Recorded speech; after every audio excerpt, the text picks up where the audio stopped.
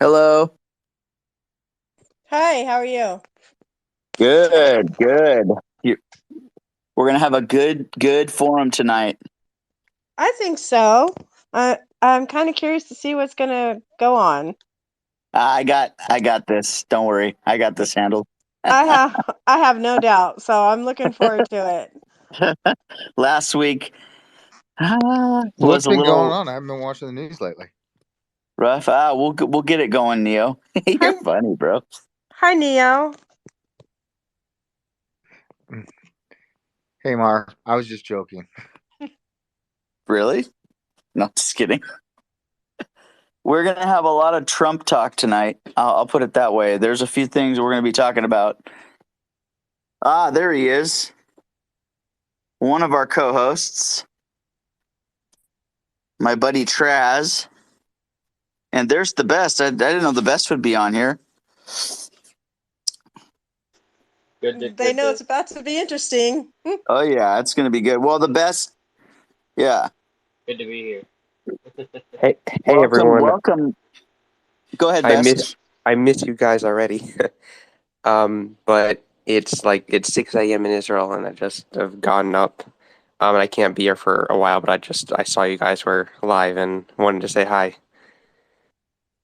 Thank you, bro. We miss you too, and you'll be in our thoughts and prayers, okay? Because we're really glad that you're doing good things, right, cats? Cats. Traz, do you want to say something since you're friends with him Yeah, too? I was gonna say I hope Israel's treating you well, man. Sucks that you had to go, but I'm glad you're doing good there. Thanks. He always has our support in the forum, and we love him. He's like family to us here, so it's an honor, very much an honor. Best cats, are you there? No, she's still connecting. Uh, Let me try this again. There we go. Oh, man, There we today's gonna go. be it's gonna be a fun night. This week has just been not win after win. I won't say win because obviously there's been some bad stuff that's happened, but the overall impact of it has been just win after win. You know. Oh yeah, yeah. Neo hasn't been paying attention to the news, so we're gonna have to teach him some stuff tonight. Neo doesn't follow the news all the time, right, Neo? Yeah, I'm completely clueless on what's going on. Yep. Oh man, I'm waiting to be informed. I appreciate that.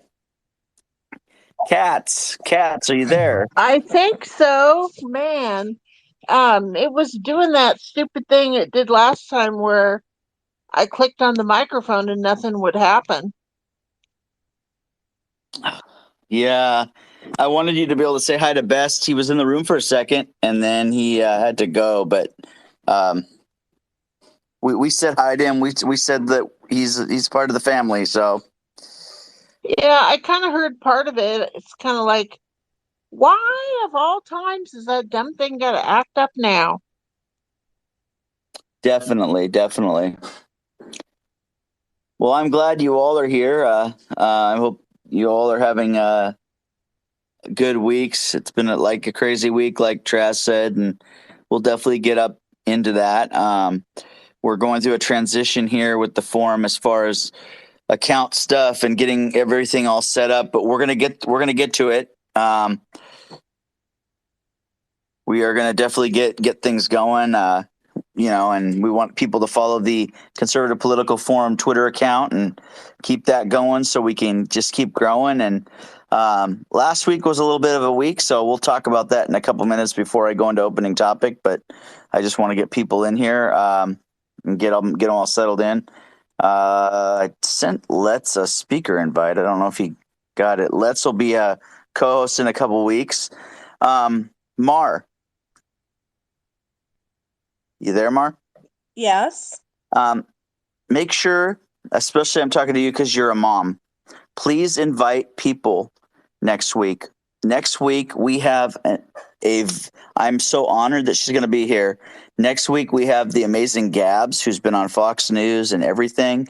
She's been talking about indoctrination, and she's going to be here next week, and she's going to be a co-host, and she's going to have the floor for 2 hours, from 9 to 11 in the overtime hour to talk about indoctrination. So, if any of you guys are dealing with people that need to have some hope, have them come to the forum. Let's let Gabs bring them some hope, because this gal is an amazing fighter for stopping indoctrination. I don't want to go into her story. I want her to go into her story, so I won't bring it up as far as the story part. But I'm going to tell you right now, she will not stop fighting for kids to not be indoctrinated, for CRT to be out of schools, and everything. So. I just thought I'd tell you that, Mar, because I know you've got kids, and I know that you know people that probably need that hope. Okay, thank you. No problem. So yeah, let's get people in here next week for that. I think that'll be important. Cats, how's your week been? Oh, it's still busy. There's still so many people gone from work that it's just been pretty nutty. Sometimes the days go super fast, which is good, but other times they don't. It's just been busy. But Short, other than that, it's been good. you like shorthanded at work, or people just on vacations? I think mostly people are on vacation, but I think there are a couple people short-handed, and because one person left and they only have one person in the new training class, believe it or not. Interesting. Well, I know you love your job as far as working from home and stuff, right? Oh, heck yeah. No, it's a good job. I mean, it's a good company, it's a good job, even though it's California based, and I suspect most of the people there are pretty dang liberal. Oh gosh, yeah. But Definitely. No, since we work from home, there are some people from other states. I mean, most of them are from California, and you can tell from the way they talk, they're liberal. There's one gal that still has a Ukrainian flag in her profile. I'm just like, really? Okay, whatever. well, I am glad that you're doing good, and I agree with you. And that's actually what's going to be our opening topic in a second. What you brought up, cats, actually, and so we're going to actually go into that in a second, because Traz posted something earlier this week, and I was like, "Yeah," but I won't bring it up yet. Don't say anything yet, Traz, because I actually want to go into last week. And if you guys want, and you see people that aren't in here that you want to invite, go ahead and invite them to the forum tonight, and we'll get this room filled up. But I wanted to bring up, last week we had a few people in our room that were way different thinking than us as far as our political beliefs. And as the Conservative Political Forum, our mission statement is to we believe, we all have different opinions, but we work to find common ground, right? But one of the things I will say that is not tolerated in this forum ever is racism. I do not tolerate racism. I am not about racism. I don't believe in it. I don't believe in teaching CRT. I believe everybody is equal. So I've got a scripture for us to start out about that, just because I stand with God's word on this. And the scripture I've got, and for those of you that aren't Bible based, I'm sorry, but not sorry. I love the Lord, and so I have to put him into some of this stuff. Mark 12:30 and 31 says, "Love the Lord your God with all your heart, with all your soul, and with all your mind, and with all your strength." And verse 31 says, "The second of this is love your neighbor as yourself. There is no commandment greater than these." So it contradicts us to think that somebody's different, or to start pointing fingers and saying somebody's different than us, and the racism thing and stuff. So I just wanted to say, I talked with Katz, I talked with our co-host last week. I said, I don't tolerate the racist conversation. I got a little frustrated last week because of I don't think the way that these certain people think. And so I don't actually tolerate it. It is not something I will put up with. And so we really want to have understanding that we are all human beings. We all bleed the same blood. It's red when we bleed, and everybody's important to us. So, Traz, you want to add something to that? Actually, I was here for the primaries last week, but I wasn't here for the Wednesday episode. Can you clue me in a little bit, just what happened? If I didn't really note that. Somehow we had some people come in the room that decided that CRT and that me being that people could say they're not racist and they're uncomfortable talking about it, and so the conversation you really could be racist, and you don't even know it, and I don't believe in that because I'm not. It doesn't come out of me that way. It's not a part of me. That's not how I think. I think the way that the Bible thinks, and so. To start tonight's forum, before we did the opening topic, I just wanted to clarify that this is where I stand with that. And that is that we are equal. And there are people on Twitter and in spaces that come in to be divisive.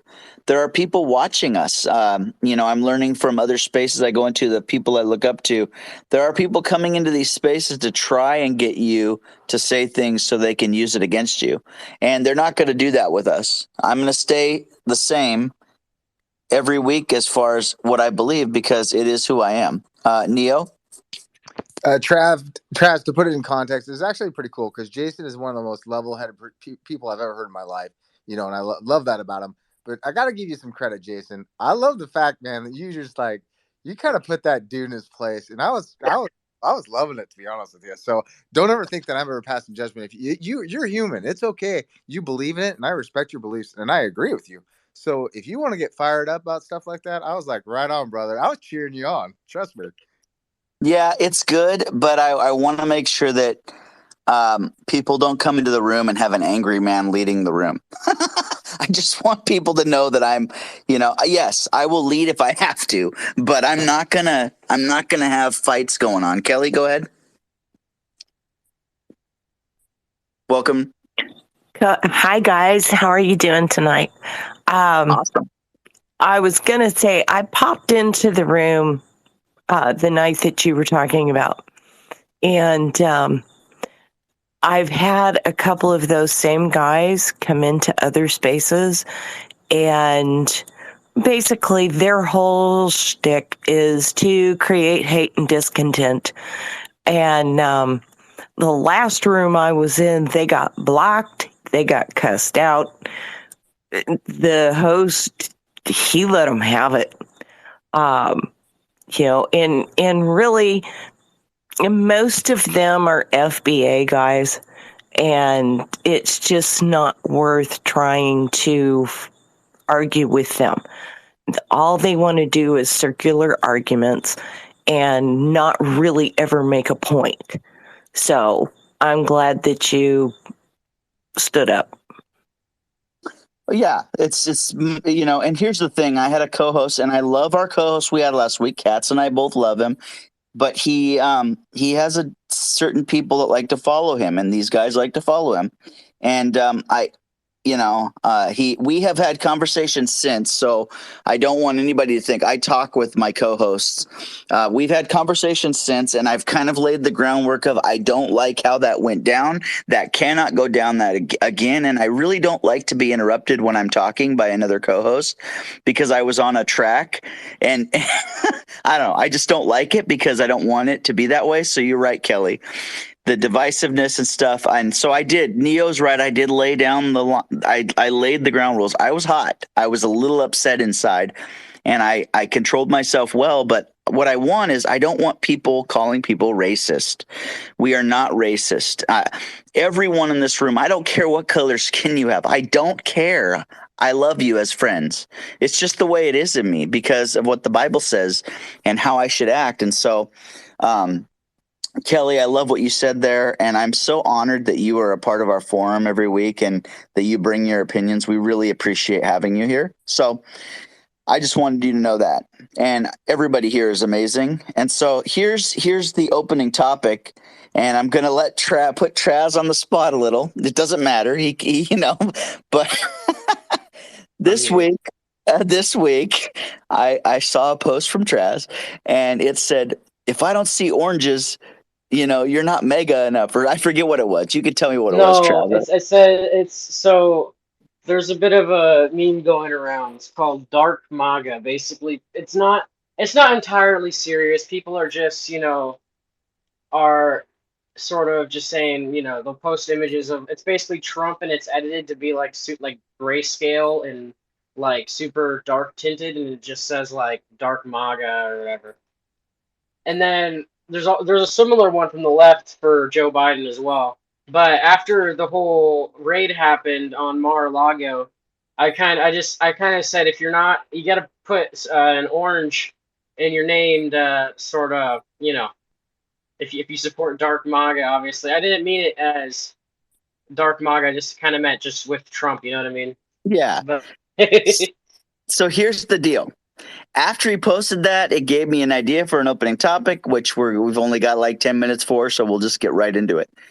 Virtue signaling. I don't like it on the right or the left. That's nothing against Traz. I love Traz. He's awesome. That has to do with I see it more on the left. And so let's talk about virtue signaling because I think it is the most annoying thing. Even for, I see it on the side of Trump too. I see some people with different things and I'm like the Ukraine flag, whatever the latest thing is, they'll have in their profile. Soon it'll be the Taiwan flag. You're going to see things. Or when on the side of people that are super mega people, they always have the orange or they'll have something that of the current thing on the right side. So I am always like really? Like, do we have to be that way? Can we just be who we are? It's weird to be like jumping in and doing that thing. So I try to stay away from that as much as I can. Other than last month, a friend of mine made an American flag for my profile in my avatar. So I put it in the backdrop for Mega Month because I do love America. And to me, that's not virtue signaling. That's I love America. So we'll jump right into it. Mar, what do you think of virtue signaling? I don't participate in it. I'm pretty much the same no matter what day it is, what time it is, how I'm feeling, where I'm going. I don't really go into follow the leader thing. I do express myself a lot on Twitter and I use my words to explain how I'm feeling at the moment. Whether I agree with the topic or disagree with the topic, I just plain out say it. To put some kind of symbol into your profile and change it, first of all, I'm too lazy to do all that. Second of all, I don't think it's necessary. People that know me know generally how I feel and what I stand for. So I don't feel that there's a need for it. So if you know who I am, you know what I stand for. And yeah.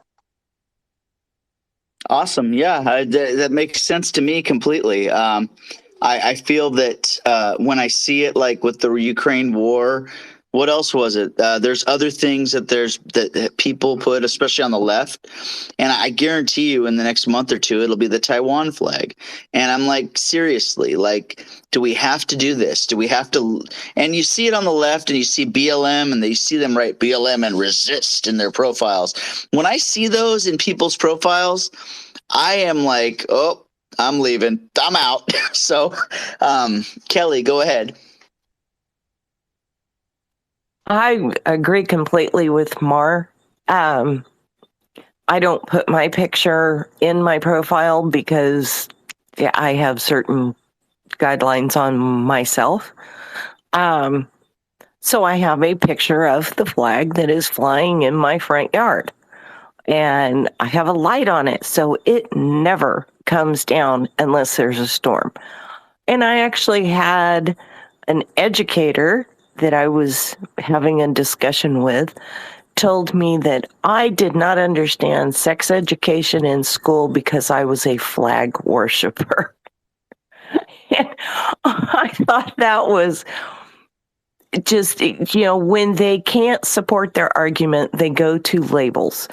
And you can pretty much look at their profiles and you can tell what kind of person you're dealing with. And I agree very much, Jason, when I see certain things in their profile, it's not worth it. So that's just my feeling about virtue signaling. I did change my background. If you all want to go look at it, I put up Elvira, Mistress of the Dark, because that's kind of how I am.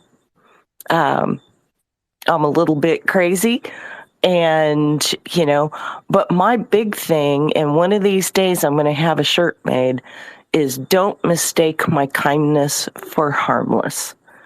Because you remember when Acosta grabbed the intern's arm during the White House conference, and then he got booted? And all I could say to that was he was darn lucky that wasn't me that he grabbed, because I've been in too many scraps. I've been in too many fights in law enforcement, not with them, but for them. And I just, don't touch me. I will hurt you. I think that's good. I mean, people need to know that. People need to know that as conservatives, we're not weak, and you don't mess with us. I'm always about that too. So Kelly, I like it. I like the picture in the backdrop. I went and looked at it after you said that too. It's awesome. Traz, go ahead. Yeah. I want to quickly mention, I think one of the other things I saw was the Serbia Kosovo conflict had a little flare up, and suddenly everybody's putting Kosovo flags in their name, and it's nothing even happened. Nothing's come of it yet. It's not. They literally just said, "Oh, Serbia's mad at them again," and they're throwing it up like it's the next new thing. You know. Yeah, it's really weird. I agree, Traz. I think I'm like, come on, I'm not going to be like everybody else. I want to be who I am. So I'm with you. Cats? I think virtue signaling is for sheep. And we all know that sheep are one of the dumbest animals. It's like if you can't think for yourself, I don't know. And one of the worst ones, and you look at that and you kind of go, wasn't that like 5 virtue signals ago? But one of the worst ones is when somebody has a picture of themselves in their profile and they're wearing a mask. And I'm just like, no. Oh, that one just gets me, that whole thing. But that doesn't bother me so much because I'm of the, if you want to wear a mask, whatever, you know what I mean? That one, cats is just like, okay, whatever. You look dumb, but okay, like if you want to look dumb, that's up to you. You know what I mean? Like I'm not gonna criticize you for that, but I do agree, cats. It's just weird. Mar?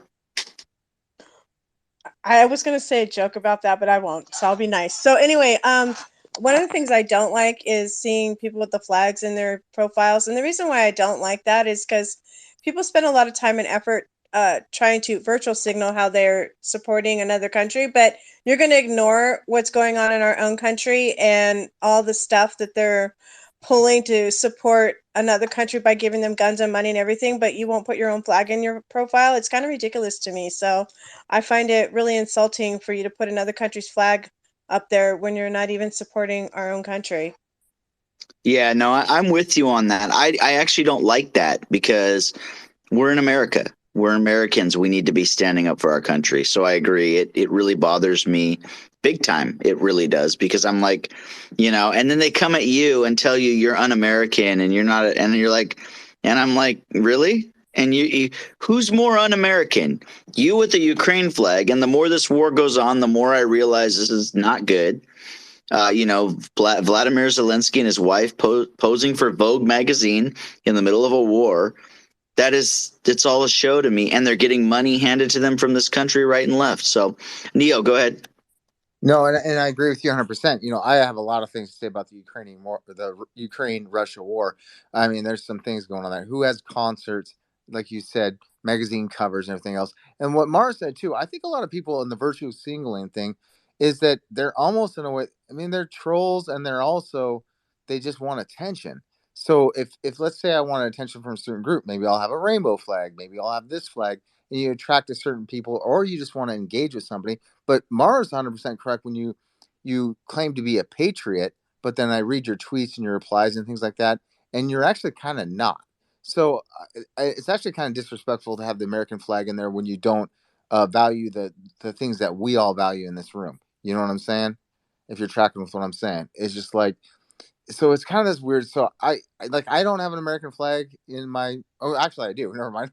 So as my banner is, it's just I don't know. It's such a weird thing. I don't know if it's just kind of a fishing thing. Like a lot of people put out the blue and yellow flag just to say, hey, you and I are bros, right? Like we believe in the same thing, or we both have an American flag. Oh, we're in the same thing. But it doesn't always really equate to how people feel. So it is truly all a virtue signaling. So maybe I'm virtue signaling because I love America and I have a banner that has the American flag flying, and I got me floating in a lazy river with a Trump hat on. So that's not me virtue signaling, but I mean, at least I truly believe like that's where I stand. So I think it depends. I mean, it's kind of hard. Some people actually have it there for real, and I think other people just have it just to kind of bait, click and bait. I don't think you being a proud American is virtue signaling. Everybody do a clap or a heart if you agree with me on that. I don't think that you doing that is virtue signaling, Neo. I think that you're an American, and I think we should be doing that. I think virtue signaling is when we're far right, far left on things. You go to a liberal's profile, it says resist or BLM, or or you go to a conservatives and it's like mega Trump is God, like that's just ridiculous to me.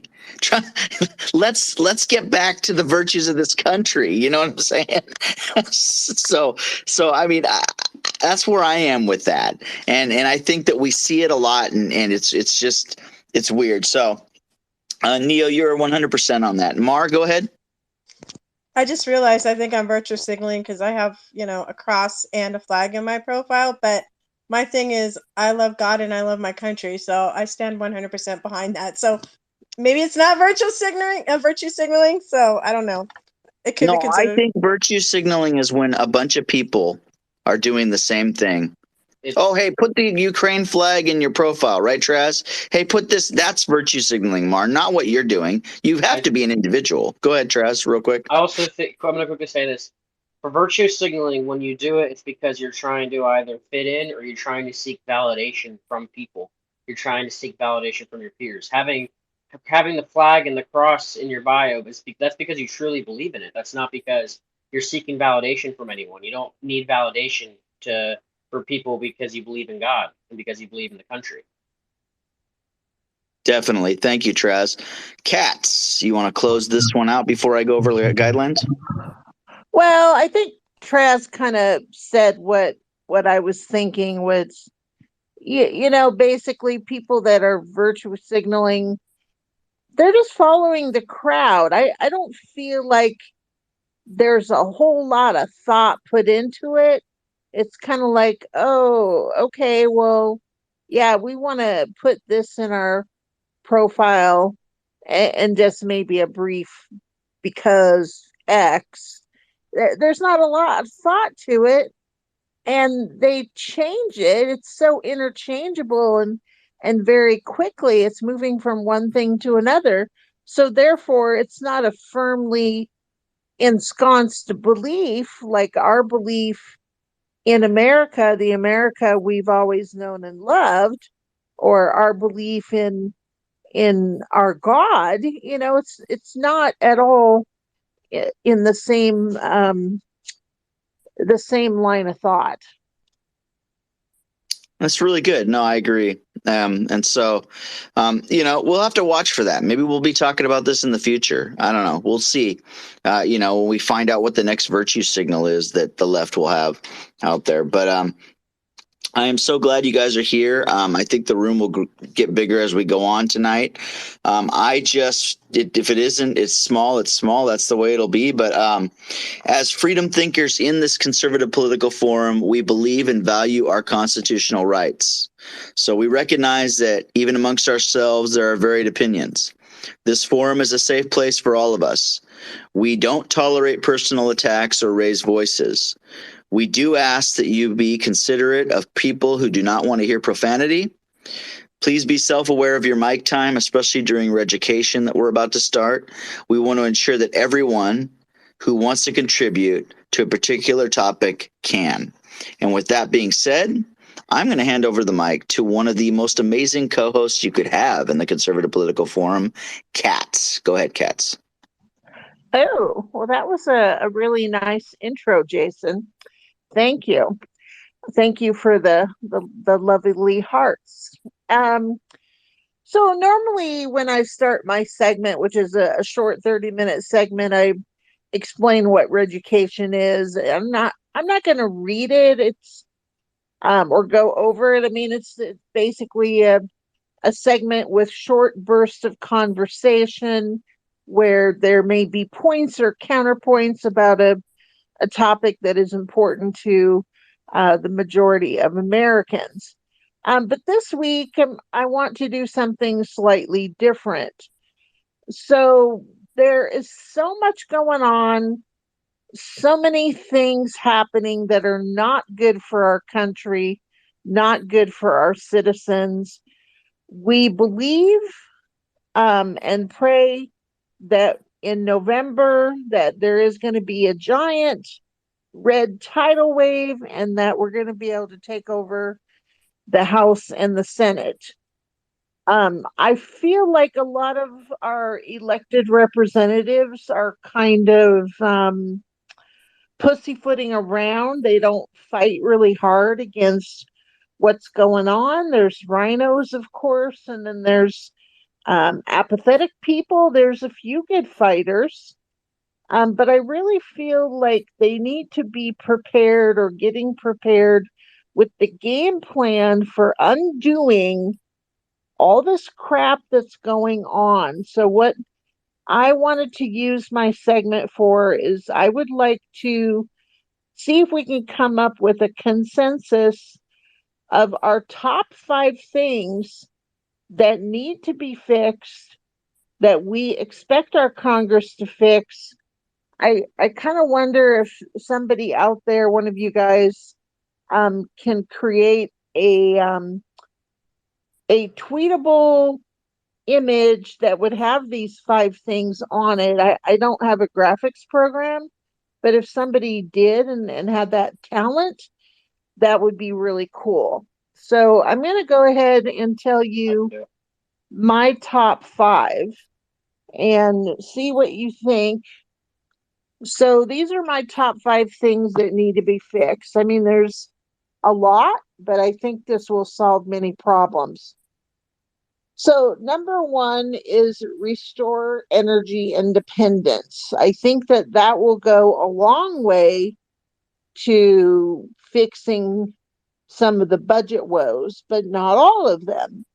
So my number 2 item in combination with number 1, I think will really help. So number 2 is remove or stop all recent government spending in these bills that they have passed with the trillions of wasteful dollars for BS garbage, including aid to Ukraine.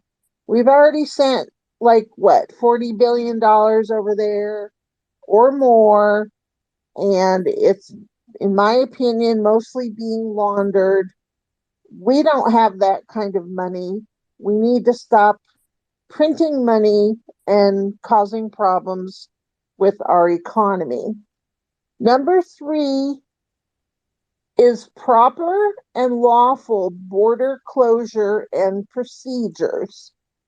Deport immigrants who came in illegally after Biden took over unless they can be vetted as per the law and can be meet the requirements to be given a visa or whatever it is they do with them. Otherwise, I'm sorry, but they need to be deported. This is also affecting the economy because people don't realize how much it is costing everyone for these millions of people to be here, sometimes getting services. Also, that is a reduction in crime, which I'm going to talk about in a minute, because we know that their presence is bringing in more crime. So I think that will help in two ways: budget and crime. Number 4, remove liberal DAs who won't follow the law and restore justice and police numbers. So get our police forces back where they were, get rid of these liberal DAs. So crime, as you know, has become a major problem between those two things. So that will help with life being better if we can get the economy restored, get crime back to a more reasonable, tolerable rate. Number 5, clean up all government agencies, restoring normal bipartisan functioning. And I know that something really big happened that shows that we do not have normal bipartisan functioning. And these government agencies are acting as arms of the Democratic Party and wreaking havoc upon private citizens and whoever they feel like wreaking havoc on. I mean, we know that parents concerned about school indoctrination and such things are now domestic terrorists, and that's just a bunch of bull crap. But cleaning up all government agencies would also include the Department of Education, because we know what's going on there. So that would hopefully alleviate some of that indoctrination issues. So those are my top 5. Those are the reasons why that is my top 5. And I would like to hear thoughts from other people. I think, Mar, you may have had your hand up first. Yes. I like your 5. I do. I like it a lot. But here's my thing. I'd like to add to that. They're great and wonderful ideas. Let me just point that out first and foremost. But we can't get to that point until we fix our elections. We won't ever get to that point to where we can have, free thinking and common sense education and energy independence. We can't get all that until we have our elections cleared up, because they're always going to put their people at the helm and we're going to be stuck right where we are right now. And really what it comes down to is people have to stand up and vote, first of all, and get to the voting and stand up for their rights and beliefs. People need to be educated on what their rights are, because a lot of people are ill-informed or uninformed and don't know where they stand in the Constitution and what it represents and all that entails, right?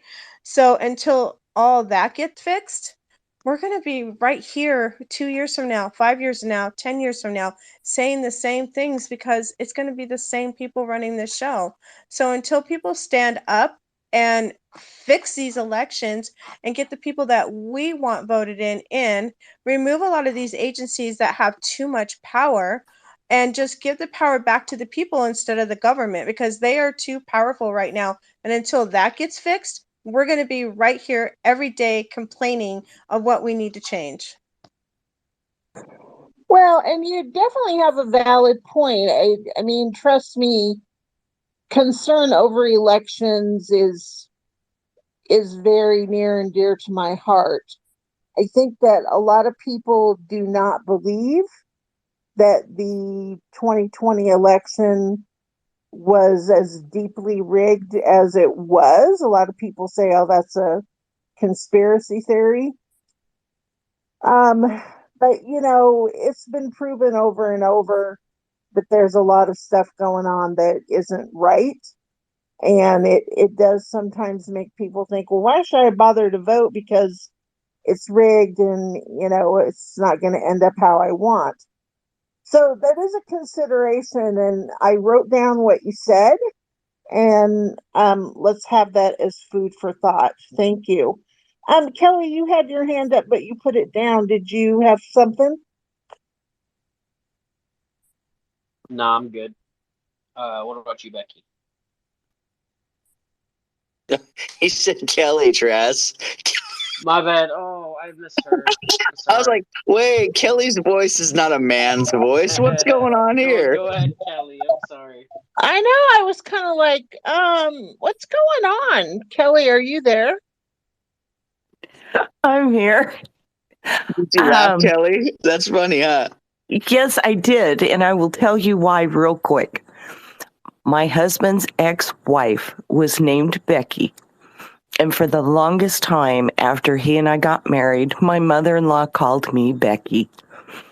And so that just made me bust up. Anyway, I'm going to tell you, Cats, that I think your list is great. But I think we may need 10 items and not just 5. As far as federal agencies, they need to have some serious cutbacks. And as far as I'm concerned, they can start with the IRS, go to a consumer based tax or a flat tax and be done with it. It is ridiculous what you got to go through. I mean, when I do our taxes, I am absolutely a basket case because I hate it. You know, and one of the other things I would like to see them do, which I believe it was either Marjorie Taylor Greene or Lauren Boebert, maybe Lauren, brought up this week that she wants a bill that says that they get 5 days to review a bill before a vote. If they would pass something like that, it would be great. Term limits would be great. And no insider trading crap. I'm tired of that. Nancy Pelosi's been doing it for decades. Well, there was one other one I was going to mention. If I think of it, I'll come back to you. Okay, sounds great. And I thought about this whole thing for a long time because trust me, my list is probably 10 items as well. But the reason why I wanted to keep it to 5 is because Twitter is, based on shorter bursts of information. It's hard to fit 10 things on an image that can be read easily. Um, so and I tried to come up with things that would also fix other problems. I mean, the thing about fixing government agencies can definitely touch the IRS, absolutely. I actually have a little homemade, really crappy little meme I've posted about what you said about having more time to read bills. I'll have to post that again because that's something I definitely believe in the way that it's going with these, middle of the night voting with a 2,800 page bill with all kinds of garbage in it is nonsense. I completely believe in term limits as well. But I don't know, that could possibly squeeze into the fixing government agencies aspect of things. And insider trading could maybe fit into the restoring justice part of things as well. So, while yes, it could easily be a list of 10 items, that's why I'm trying to keep it to 5.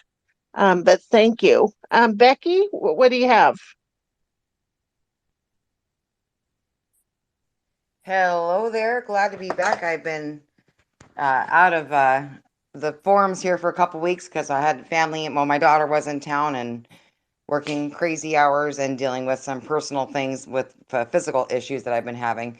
Speaking of which, I am going to preface this before I speak. So if you hear me like slur or something or go off on a weird tangent, like yell at me or something, please, because I was on Valium for most of the day because I had to have a spinal injection this morning. And then since then, after taking a nap, I have been drinking beer and eating food. But anyhow, with that being said, one of the things that really struck me with what you had said, Kat, was the Border Patrol stuff. And the reason I bring that up is because I am in the service industry. I work with all walks of life, and one of my jobs that I had when I was living in Iowa was a sushi restaurant. Best freaking sushi hibachi ever. But everyone there was Asian with, I think, maybe 2 Hispanic people working. So yeah, there was a huge language barrier thing going on there with that. With that being said, but working in the service industry, we do have a lot of employees in the kitchen that are Mexican or of other nature. They are the hardest working individuals that I have ever seen in my life. And they are pissed. Many of them, I mean, I wouldn't say, I dare say like, gosh, like 80% or more has said to me they don't want their people coming. And the reason they said that because they're doing it wrong. I did it right. I got here, I got my visa, I got my green card for working. I went through the channels, I got my citizenship. I worked my butt off to get here, and I am now a citizen. And so just for Biden to just, yeah, come on over. Yeah, we got stuff for you. We'll get you a house. Oh, guess what? You're going to get free food and healthcare too. Screw these Americans here. They're not getting anything because they work. Well, you don't have to. So here you go. No, that's literally how I feel this is going right now with that. Um, and having been not someone that has over the years has needed assistance, various times in my life, I didn't live off the assistance. I used it as a means to get through a time when I was struggling. And I have not been on assistance. Gosh, when's the last time I was on assistance? 2012? Yeah, 2012, 10 years since the last time I was on assistance. I've been doing this on my own. I take that back. I lie, because I did get COVID at the beginning of the year. That was a huge financial setback, and I had to get a little bit of help with rent at the beginning of the year. Other than that, I'm good. But I think is a really strong thing, having our borders more protected. And then for the Biden administration saying that Trump screwed that up, but now they're saying, oh yeah, we're going to keep on building a wall. What about Trump? He was doing that. You shut it down. Oh, now it's all making you look good. Um, I cannot remember the other 5 points right offhand other than this term limits. I totally agree with term limits, but there's people I want to continue staying in office, like Ted Cruz, Jim Jordan, oh my God, Grassley in Iowa. And there's so many people that speak their voice, and they need to continually be heard because they speak the truth. So there's that. And like I said, I had volume earlier, and can't remember the first 2 points. So I'm sorry, but those two stuck out of my mind. Oh, you're fine. And actually, the term limits was one of Kelly's wants. That was not in my top 5, but that's okay. Not a problem. Okay, well, like I said, I heard it there. So, okay, I'll go ahead and mute myself, but that's the Bex for this moment. All right. Thank you, Becky. And just so that you guys know, I am taking notes on what you're saying because it is important to me. And yeah, I'm sure that there's a ton of immigrants who work their butts off and earn their check and, appreciate the opportunities that they've been given to live in this land. And sometimes, I feel like, well, maybe I sound cruel to say that illegal immigrants who have been allowed in since Biden started this mess, if they don't meet the qualifications to get a visa, should be deported. And maybe that sounds cruel, but it's like, I'm sorry, there's only so much money to go around.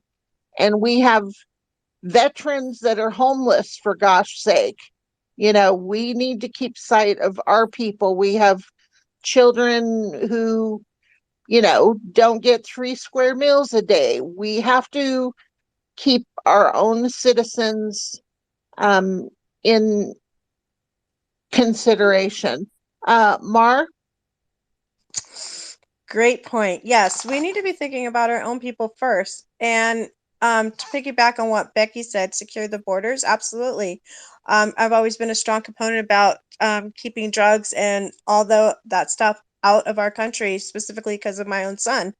But I also work with coworkers who are from the Philippines who had to wait 10 years to become citizens of the United States, and they had to jump through a bunch of hoops. And they also say the same thing, that they can't believe our borders are flooded with people coming in when they had to jump through all the hoops. And some are still jumping through the hoops, even to go back to their own country and to come back. It's a process, and we seem to be omitting a lot of processes just for personal gain or political gain, and it's not right. And it's actually illegal in certain cases. And it's like we need to get back to what's this country was built on, and the laws and the protocols and the procedures that it takes not only to become a citizen of the United States, but also to um, protect the people that are already here. And foreigners, no, I shouldn't say foreigners because that's the wrong term, but illegals don't get the same privileges as we do. That's not how it works. We were born into it. We earned it. We deserve it. And when you go through the proper channels and the procedures, yeah, then you're entitled to it as well. But I think we need to get away from this, allowing this or that for political gain, and keep our borders closed and safe. Absolutely. And, the drug thing is really concerning. It's a fact that the overdose rate has greatly increased, fentanyl, since the borders have been wide open. And Mayorkas has the guts to stand up in front of the American people and say the borders are closed. Really? It's just absolutely crazy. Traz, what do you have? I want to touch on that point about the borders. They're like, I've seen people on the left. They're saying, okay, we want immigration. There's nothing wrong with immigration alone. If you do it legally and you do it the right way, you should be that's great. I think, but I also think you shouldn't have to wait 10 years to legally immigrate. I think we can speed up the process with the same for people that really want to come to this country the right way while keeping the people who want to bring drugs in and people who want to cross over illegally. We can keep that. We can keep them away while letting other people that want to come in and want to contribute to and make a living here, let them in. And then I also want to go back to term limits just real quickly. I think that a fair term limits for would be, I think, 20 years for the House and 30 years for the Senate. It's still a long time overall, but it's still a distinct limit. I think because 20 years for the House, that's 10 terms. I think that's fair. You can serve a long time in the House and make, a good impact. I think 30 years in the Senate, that's 5 terms. That's 6 years terms. And then yeah. So I think overall that would be fair for wait. Yeah, no, I'm correct. Okay, my bad. So just my 2 cents. Okay, thank you, Traz. Like I said, I'm taking notes, but for the few minutes that we have left, and a couple people have your hands up, and that's great. But remember, what I want you to think about is not the little stuff, it's a top five. So I think Neo was next, if I'm not mistaken. Go ahead, please. Okay, thanks, Kat. And again, I'm like everybody's been saying. I love your top five, by the way. I just want to, after listening to what everybody's been saying and trying to digest it, I want to circle back to what Mar said. I love saying circle back. I mean, I don't know why. Anyways, my point is I think she's 100% correct on this, and I think that might have to get bumped up to number five. Honestly, is because uh, I want to believe there is going to be a red wave, like you said, Kat, and I believe that there is going to be a red wave, but they're already on social media pushing it. Oh, there's going to be a red wave, and I listened to Gene and Ursula, Jason, and I'm sure you understand that radio show and how they're fighting this, this raid and everything else, and it kind of scares me. They're definitely pushing, it's the liberal left media is definitely pushing everything against it. So it does scare me if we do not have election integrity, and we all know what's coming up with monkeypox.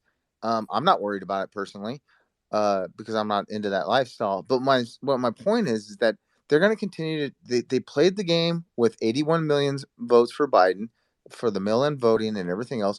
If we don't have election integrity, we're going to continue to vote in people like Jansley and Joe Biden and people that I just don't believe got truly voted in. So to stick with your point, I really truly believe what Mar said, that I think that almost needs to be kind of top of the list, honestly, even though all the things you listed are very, very important. So that's just my 2 bits. All right, Neo. And, you know, I'm really going to rethink my list and retool it. And it is a great concern of mine as well, believe me. So I'm going to look at everything and see how I can mess around with it so that we encompass, I could probably fit it in with something else, um, and work that way. But thank you um, for that. Appreciate that. Hey, Jason, what do you have? I'm actually going to talk about election integrity real quick, and then you can go to Becky, and then you can close out, Cats. We need to remember this, guys. And it happened in Washington. We actually got a Trump endorsed candidate into this that won his primary. And all of his voters voted on the very day of, and went and made sure their ballots went in. We need to, yes, 2020 was, you want to look back at that, but there are people telling people not to vote until this election's fixed, and that ticks me off. That cannot happen. You must get out and vote. Shout out to Gabs down there, because I know Gabs totally agrees with that stuff. I just wanted to shout out because she's in the room. But you must get out and vote, guys. You have to vote. And Joe Kent is a prime example of that. His voters went out and voted on the very day of, and he was down to Jamie Herrera Butler, and he won that race. And so, while we do need to talk about fixing it, we also need to realize that nothing's going to get fixed while the Democrats are in power. They want to destroy America, and Traz and I have a bunch of stuff to talk about in the next couple hours, so I won't go there, because that'll be Traz and I talking about that in a few minutes. We got a lot of Trump talk going on, but I wanted to, not a lot of Trump talk, but a lot of stuff legally that's going on in our country. But I just wanted to bring that up, Cats, that people just need to get out and vote. That was basically what I was trying to say with Neo. I didn't mean to go on a long tangent. Sure, Jason. That's okay. No, that was great. I would like everyone who, I'll put it this way, everyone who is very, very concerned about election integrity, give me the peace sign.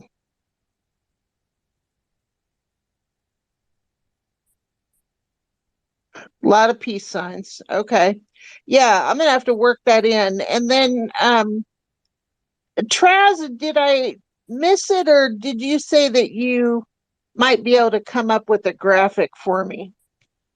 I might be able to come up with a graphic. If you can give me later, send it to me.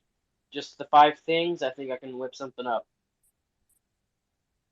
All right, I greatly appreciate that. So we only really have like a minute left and we need to wrap up. So Becky, We yes, can let Becky. Yeah, sorry, I yeah. didn't want to. No, I was gonna let Becky speak, but I just wanted to let her know to be concise on it. I promise you I will be short and sweet. Okay, maybe short and crazy. Either way. No, something to me, I mean, I'm 47 years old, and when I remember going to school, we were allowed to pray in school. We saluted to the flag. We were demanded respect from I mean, not only from our parents, but we were demanded respect of our elders and our school teachers, the staff. And that is something that has gone to the wayside. Kids think when they go to school, they can just do whatever the heck they want and they won't get any reprimand for it. And to me, that is bull. Because, I mean, if there was bullying going on in school, I mean, it got handled right then and there. And that's something I think that is teachers and staff are so afraid to do anything about these kids. I mean, I can guarantee you some of these kids with the I promise I won't make this very long. Some of the kids that have gone in and done these mass shootings in school had the same type of implementation that we had back when I was that age in school. It would have never happened. It would have never happened. I mean, I would dare say 75% of the cases never would have happened. So I really think we need to get God and respect for our country and our parents and our elders back in school. It's not demanded enough. Okay, that's my 2 cents. Thank you, Becky. And I kind of understand about prayer in school, even though yes, I'm a Christian. I do get that. But I remember when I was a kid, every morning we stood up and we put our hand over the heart and we looked at the flag and we all said the Pledge of Allegiance. And I'm thinking, whatever happened to that? Because kids are just not taught any respect for this country at all, and that is a problem. And that just gets in with the whole reform the public school thing, to be honest. Traz, do you have something super brief? Yeah, I do. I just want to say, I'm obviously a little younger than everybody here for the most part. I remember even back, when I was in elementary school, that we would stand up, we would say the Pledge of Allegiance. We still do that now, in high school now, and obviously it's not as much. I mean, there's not like I can say even I'm in rural Texas, but there's only maybe like 80% of the kids are actually like participating. The rest either just kind of don't really do nothing, which it's whatever. I'm not gonna say nothing in class. Obviously, I don't agree with it, but I feel it's definitely there's been something lost throughout the years. Yeah, completely agree. Well, I really appreciate everyone's input on this top five. I will think really hard about it. I will rewrite it and see if I can fit in, well, definitely the elections. We'll see if I can fit in anything else and make it make sense. Traz, I'm not going to get that to you right away. It could be a few days. But I will send you like exactly what I want it to say, and then have you make something, and maybe we'll present it here next week and see what people think. Kind of just continue on with the conversation, not for the whole 30 minutes, but just as a part of the forum, if that's okay with Jason. Yeah, I'm cool. I'm cool. I'm just so glad you guys are here. Thank you, Cats. We have a different 2 hours. Normally, I do a bunch of headlines, but today I've got one headline we're going to do in a second. I'm going to have Cats read the guidelines for the new people that have come in the room real quick, and then we do have rotating co-hosts every week, but I want you guys to know that Traz is going to be one of our main rotating co-hosts. I really appreciate his insight.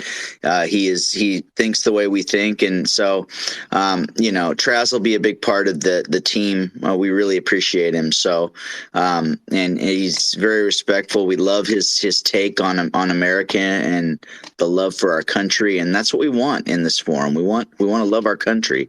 So, Cats, go ahead and read the guidelines, and then I'm going to go right into the things we're talking about tonight. All right, I will be glad to, Jason. Absolutely. As freedom thinkers in the conservative political forum, we believe in and value our constitutional rights. We recognize that even amongst ourselves, there are going to be varied opinions. This forum is a safe place for everyone. We don't tolerate personal attacks, and we definitely don't do raised voices. We also ask that you be considerate of persons who prefer not to hear profanity. This is being recorded. Some people may listen to it later within earshot of young children and do not wish to have that repeated. Please be self-aware of your mic time. We want to ensure everyone who wants to contribute to a particular topic is able to. Do keep your mic muted when you're not talking. Raise your hand and you will be called upon rather than shouting out at random. And we appreciate that you're here with us. And Jason, take it back away. Thank you. A couple house cleaning things. We do have an email if you want to email us. We're still trying to get things in order with that stuff, but you can email us at the conservative political forum at gmail.com, and Katz and I will be looking at that. We're going to start getting some of this stuff in order for that, but we really appreciate that. And if you can give us a follow on our Conservative Political Forum show account so you can get updates and information, we would love for you to do that. So tonight we've got huge topics. Traz and I are both probably going to be running this hour and the overtime hour together because we have these topics. Katz will keep an eye on people that want a mic as well, Katz, and kind of check their profiles. I know I didn't ask you to do that before. I'm sorry we didn't talk a lot this week, so I apologize. But here we go. We're going to go into a couple things. I wanted to bring up this. I have a scripture for us for this week, and it is from Galatians 6:7. It says, "Do not be deceived. God is not mocked. For whatever a person sows, that he will reap."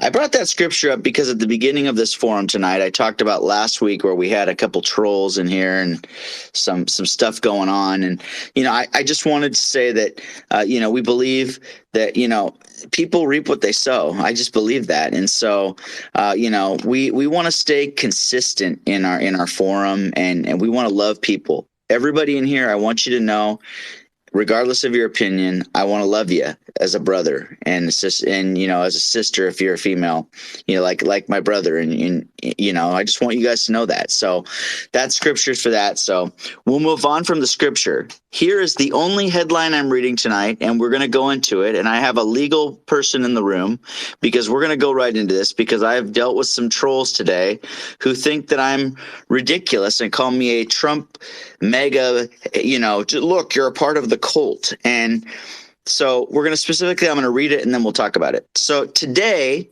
Trump was in New York. He was called into the AG's office, and Trump invoked the Fifth Amendment right deposition for New York AG James' civil investigation.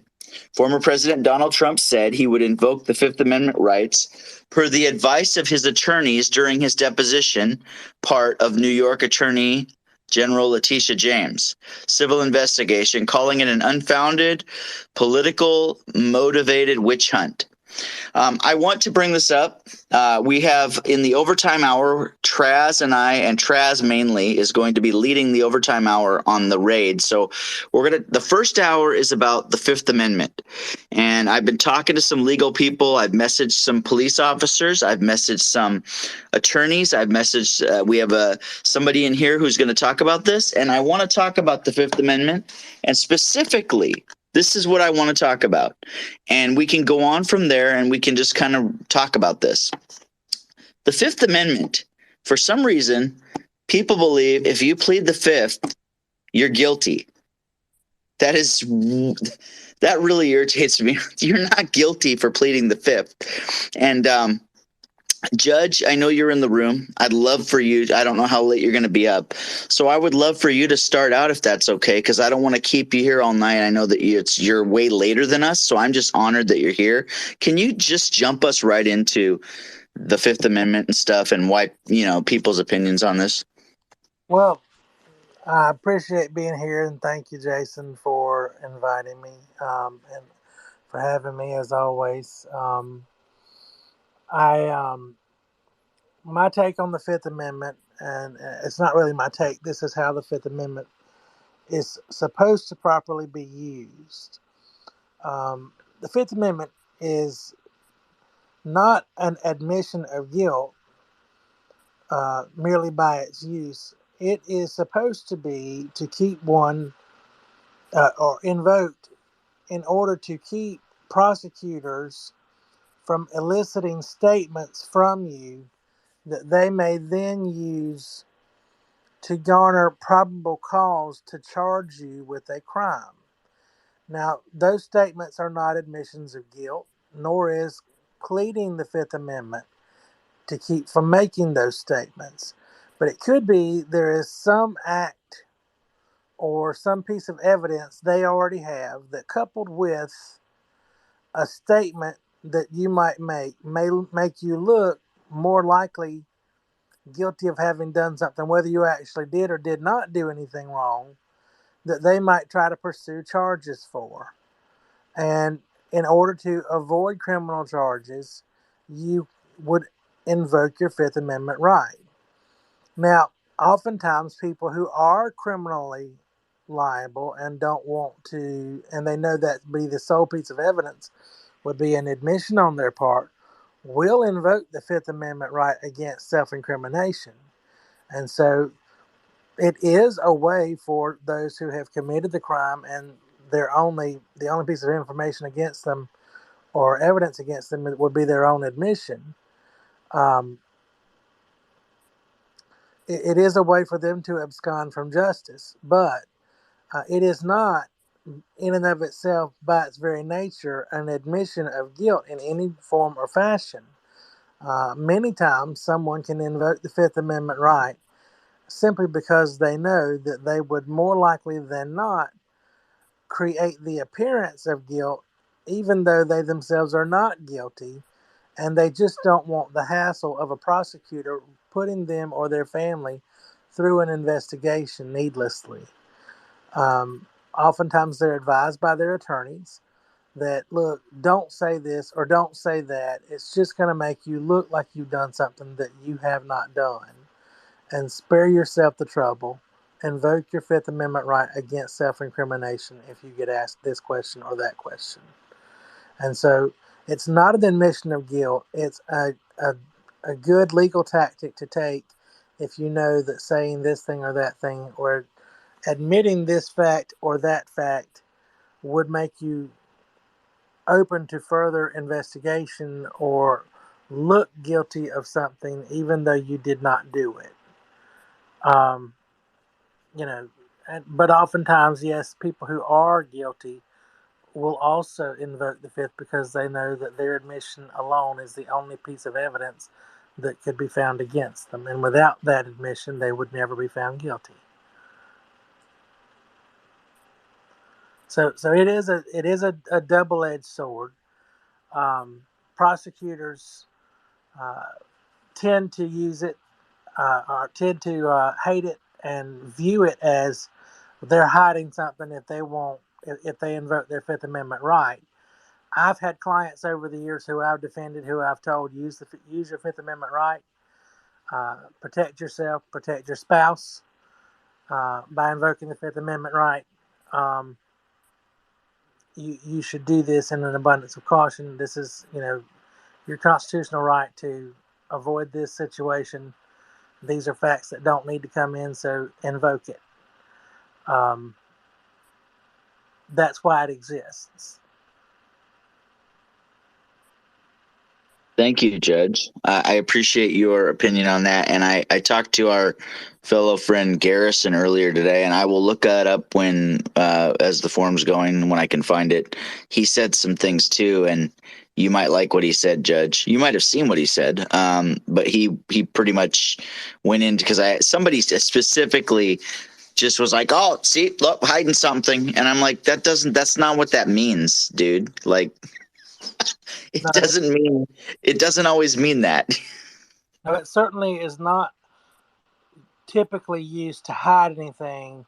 It's typically used to keep it, to use legal jargon, a witness or a respondent from making statements that a prosecutor or an investigator would use to dig deeper to form a case against them where a case does not exist or should not exist.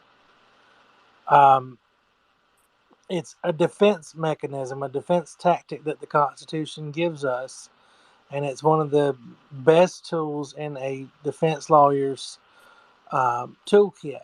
It's not meant to thwart justice. It's not meant to prevent prosecutions that are just and lawful and that should occur. Does it sometimes cause those things to happen? Yes, because sometimes that admission might be the only thing that can lead to the conviction of someone who has actually committed the crime. But in the abundance of caution, we would favor someone who has committed the crime going free as opposed to an erroneous case being made against someone who should go free, who has not committed the crime, but who the feds or the state government even might create a case against them just because of something they said, when what they said should not have caused them to become convicted. Where if all the facts were investigated, and they might not all get investigated, their statements alone might cause that person to be incriminated and lose their freedom. Thank you, Judge. I really appreciate your comments on this. And it means a lot to me for you to bring your legal stuff to the room. You're welcome. Um, I hope I haven't caused more confusion with that than.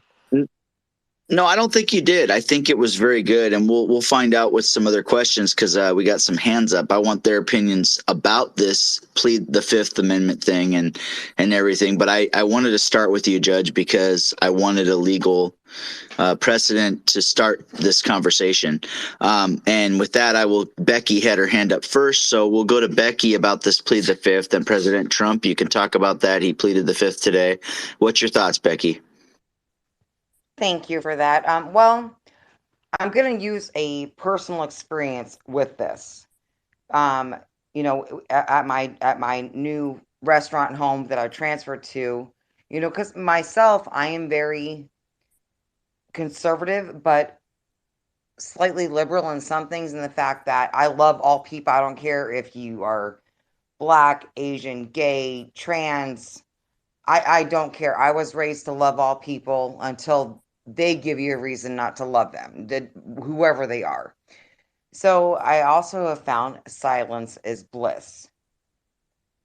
And the reason I say this is because one day, one of my well, I guess I can say now one of my servers, because since I'm now a manager there, she's like, "You vote Republican? I would have never guessed that." And I'm like, I was like, "Why?" She's like, "Because you don't seem like a typical Republican because you love all these things and do all these things and say all these things, but you're Republican?" I'm like, "Yes, of course I am, because I also believe in free and loving people." And then, but with regards to this thing with Trump, I'm going back with the silence is bliss, because I don't go like outspokenly, I'm not, part of the Republican National Convention, although one of my dear friends' father is actually part of that. Um, I mean, I don't like throw myself out there. I just speak my mind when I feel it needs to be spoken. And there was just happened to be a night that a conversation come up, and she was like blindsided, and she's like, "You just gave me another reason to love you," because she didn't really know, because I'm so openly like loving of people. And so with regards to Trump, with the whole pleading the Fifth, amen, amen to that, because they are fishing for sea salt in an ocean. That's what they're doing. They're going to find sea salt. That's all they're going to find. There is nothing there. Everything that is going on right now with this administration, he said was going to happen. And Dan Bongino, I love that man. If you do not follow Dan Bongino on Twitter or listen to any of his podcasts or see any of his news interviews, you need to. He was a former Secret Service agent, strong, conservative, and then, of course, my boys, the Hodge twins. Those right there. But Dan Bogina said it best today. I think the way he worded it was like an action of a third world country, I think is how he put it. So Yes, he did say that. yes, I was making sure I was quoting correctly. I don't like misquoting people. Remind you, I was on Valium all day when I read that. So anyway, yeah. So yeah, I'm gonna just shut my face here and let you guys talk about that. But I am 100% behind Trump on this. What about Hillary? Oh, I deleted the emails. I didn't know any better. I will not use profanity, but I'll just do an on that. Okay, I'm done. Well, thank you. And I agree. I mean, sometimes it's best to not say anything. And I work at a place where I have some conservatives, but I know a couple liberals, and I don't talk politics with those liberals because they just, I just try to stay away from them. There is a buddy of mine that I talk politics with all the time at work because we're on the same page.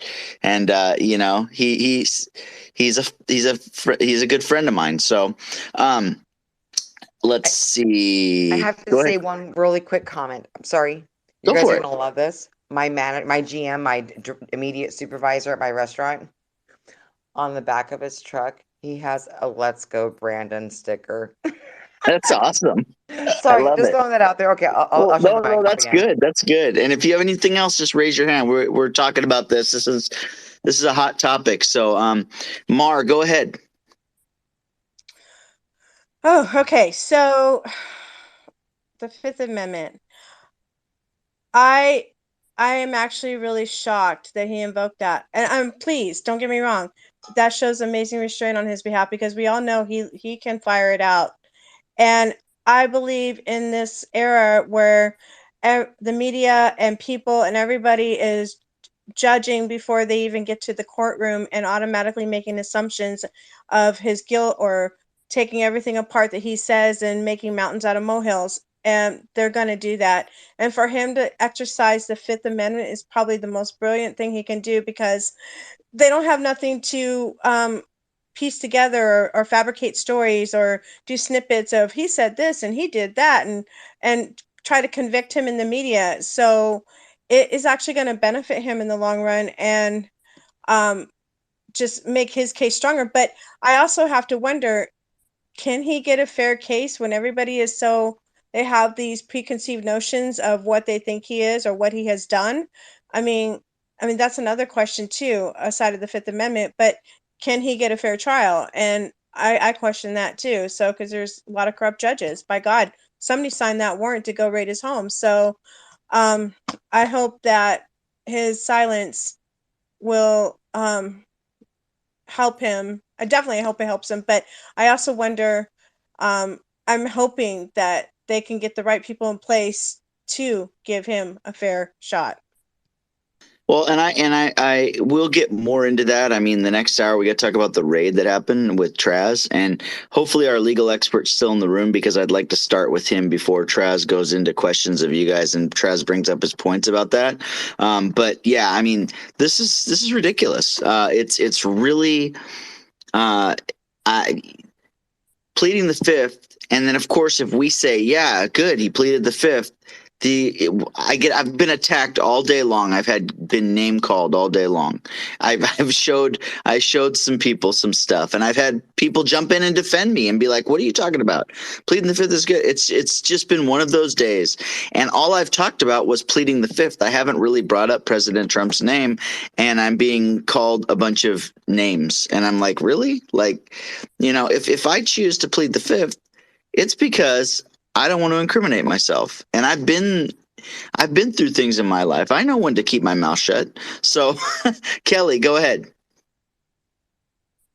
Well, I think that he pled the fifth in a case that is not related to the raid, but at the same time, that by not answering any questions and having the AG ask him all these questions, it is forcing the AG to basically lay out their case ahead of time. So, I made the comment today, and Jason, I don't remember if it was one of yours or if it was somebody else's, but I said, this is more like Trump playing 3D chess and the AG's playing checkers.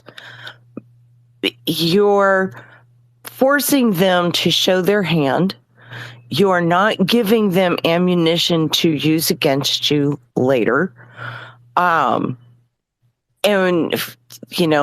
I agree with Mar. I cannot believe that he was able to restrain himself and not answer anything.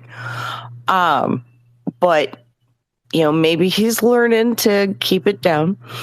And I was going to also say there are instances where the fifth is a very good thing. Back in my law enforcement days, I had to transport a girl to the courtroom because we were very, very isolated. And so I had to transport her to the court, and she was a rape victim, and she was going for the preliminary hearing, and she had a possession charge against her in her past and was on probation when she was raped. And they asked her if she had used any drugs that night, which would have violated her probation, which would have caught her charges. So she pled the fifth.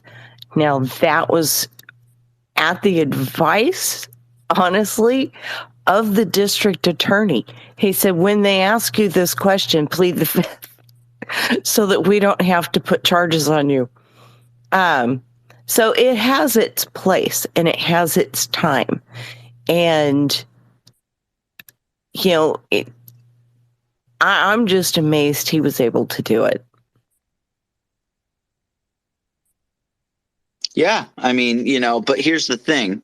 His attorneys probably told him to plead the fifth, and he knows how to listen to his attorneys. So, and that's a strategy, and that's fine, Lane, welcome to the room. Welcome to the forum. I feel like, and this might probably be hitting on a couple different subjects, but our criminal justice system in the United States, when it goes wrong, it can go wrong horrendously. The justice system is being weaponized for political gain. This, with Donald Trump, reminds me of a political hit job that was done in Alabama on an Alabama governor. Well, he's not, who is a Democrat, Don Siegelman. But the judge had a bias against Siegelman. The prosecutors were all working for Siegelman's opponent. And the son of Siegelman's opponent made the statement, we had to do what we had to do to make sure he wasn't reelected. So this with Trump reminds me of that 100%. Yeah, no, I agree. It's and that's the thing. The justice system in our country is not fair. Well, there's a lot of stuff that goes wrong, like you said, and this can be a hit job if you're not careful, and here's the thing. I mean, the liberals will find any way, I feel like, to say that, oh, Trump did that. Oh, look, he's hiding something. Well, you know what? That doesn't mean that. You just pulled that out of thin air. You don't know what none of us know what's going on in his life except for God, really. Well, let me give you an example. Don Siegelman, when he was arrested and sent to jail, he was arrested for taking a $250,000 contribution to the Alabama Lottery Fund. Hey, Lance, you keep going, buddy, but hold on a second. Somebody gave My Pillow Megalorian a mic, dude. I'm just gonna say, you got one. Don't use language in the room tonight, and we'll be good. All right, and keep your mic on until we call on you. All right. Other than that, you're good. So I'm sorry, Lance, Lane. I apologize. I had to say that to him, but go ahead, Lane. Like what went on with Siegelman, he got sent up the river for 7 years for taking a pretty much a campaign contribution. He was not going to benefit from that whatsoever. The judge, like I say, the judge had a bias against him. This is the same thing that's going on with Donald Trump. They're trying to do what they have to do to bar him from running in 2024 because they know he will win in 2024.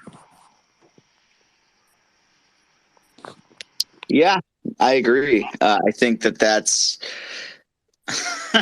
I think that's what's going on, and they're doing anything in their power, right, Lane? I mean, there could be, you just don't know. They're trying to find anything on him, and that's what.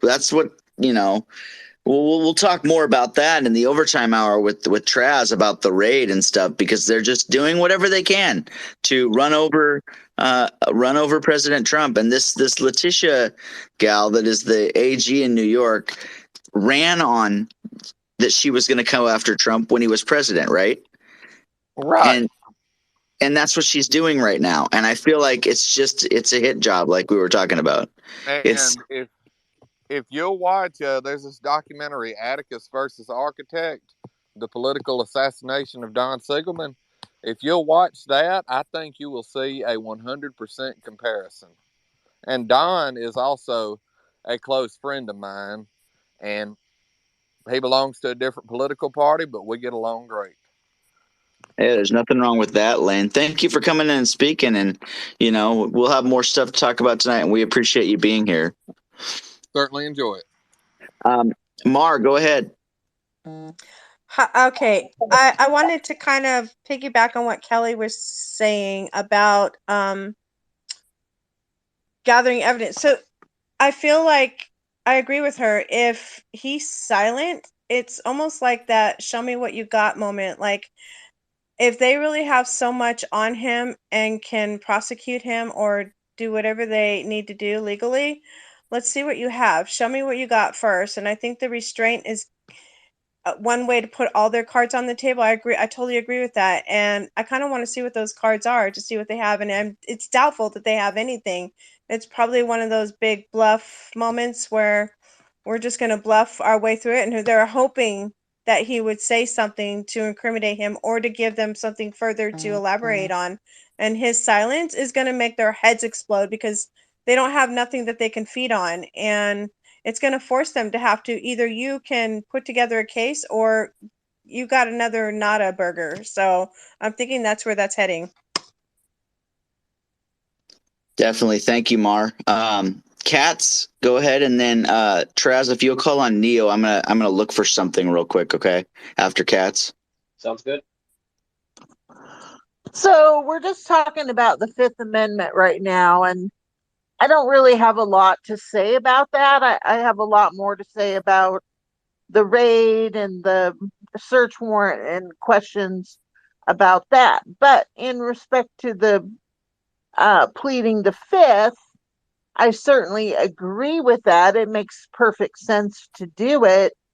And my only comment is that given that Trump can kind of be a bit of a hothead at times, I think to see his great restraint in all this is wonderful, and certainly hope that he can get through another round of garbage that the left is, again, as we all know, trying to keep him from being able to run. That's all.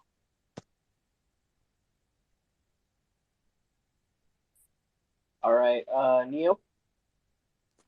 Well, it's kind of cracking me up because I think everybody's ignoring the elephant in the room. I know we always want to stay on point with the Fifth Amendment, and it's kind of cracking me up. But what Mar said too. I guess the only thing I want to add to what Mar said is that here we are 2 years into it. We're talking about documents that Trump has like stolen from the White House, and then we have the all that legal stuff that goes into it. It's like in now. So I know everybody's kind of chomping at the bit to talk about the raid, and I appreciate everybody trying to stay on point with the Fifth Amendment. And it's kind of cracking me up because, well, nobody else's hands up, so I'm not taking anybody else's time. But I'm looking forward. I mean, hopefully I can stay up for you and Jason to talk about the raid, because I know that's coming up, and that's definitely the elephant in the room. And I think that's where everybody's kind of chomping at the bit to talk about. Yeah, I agree, definitely. Oh, I think Jason has something. He's Yeah. put something up. Yeah, I put something up in the thing. I'm gonna read this real quick once it goes up, but it was one of our legal experts that comes to our forum a lot, that's been a co-host before, Garrison. But once I find that, I just want to ask anybody if they've dealt with legal stuff in their past, if they've realized, because I talked with a cop too tonight, who's a friend of the judge and all of us, and he said the same thing. He said, don't talk. The reason why cops should be reading you your Miranda rights, so you have the right to remain silent, is because they will find ways to incriminate you. This is a cop saying the cops will find ways to incriminate you. So that's where I go with that. And here's what my buddy Garrison said too, because I brought this up today. Somebody said this. He said, but when you're pleading the Fifth, you are definitely hiding something, because if you weren't hiding anything, there would be no need for the Fifth. Well, I then posted this up for a couple of my legal friends, and I showed them this comment. And this is what Garrison said. He said, this could win an award for bad legal take of the month. The court is very clear that invoking your Fifth Amendment right is not a sign of guilt or doing so, except for in very rare situations, can't even be brought up in the court against you. He said, the idea is so fundamental, I can't believe that a person would be ignorant enough to even tweet that. He said, innocent until and unless proven guilty, the burden of proof is on the prosecution, and you don't have to say a word to help them. Most criminal defendants do not even take the stand. So that was brought up in there, and that was where I go with that is, so President Trump pleaded the Fifth. Yeah, of course. But of course we have such a media that is driven to bring their own scenario in, that they want to say that, oh, look, he's hiding something. If I were in the judge's courtroom, Judge, and I had, I had stolen something, and I know that your court, I don't think you guys do that stuff. That's not criminal, but just pretend you're a criminal judge. But it had been years ago. But somebody was trying to bring it up now, and I had changed, and I got arrested, and the cop didn't have any information on me. That really can't lead me to a conviction if I haven't said anything, right? Well, you wouldn't want. That's called the burden of proof. Right? Hold on, my pillow. Sorry, I asked the did judge raise a my question. hand. I apologize. If you're talking about whether or not you would make the statement, or whether the prosecution's allowed to bring your past wrongdoings, if they don't know about it, if they haven't done their research, obviously you wouldn't want to bring it up yourself. If they ask you about anything that they don't already know about, you wouldn't want to volunteer that information. And so, in order to keep from lying on the stand, since you do know about it, if it appears they don't, you would invoke your Fifth Amendment right. Because the reason they would be asking for any testimony from you regarding prior wrongdoings, even though currently they might be asking you about wrongdoing you haven't done. If you haven't done anything wrong, but they're trying to get you for something they think you did wrong, and you don't want them using your past against you, you would say, I'm invoking my Fifth Amendment right against self-incrimination. Because what would happen is, if they don't already know about any felonies or misdemeanors in your past, say from another state, and you're in a new state, which they would know because all of the states are now linked and they have this information in national databases now. So you can't really hide from them. But you can still invoke your Fifth Amendment and make it harder for them to get the information, make them do their jobs and investigate for it. Um, at any rate, if they act as if they don't know this information, you can invoke your Fifth Amendment right and not willingly give them that information and make your case even harder to defend for your lawyer. Because what's going to happen is they're going to have to do the digging and do the investigating, and it may be they only find part of what they're looking for. They don't find it all.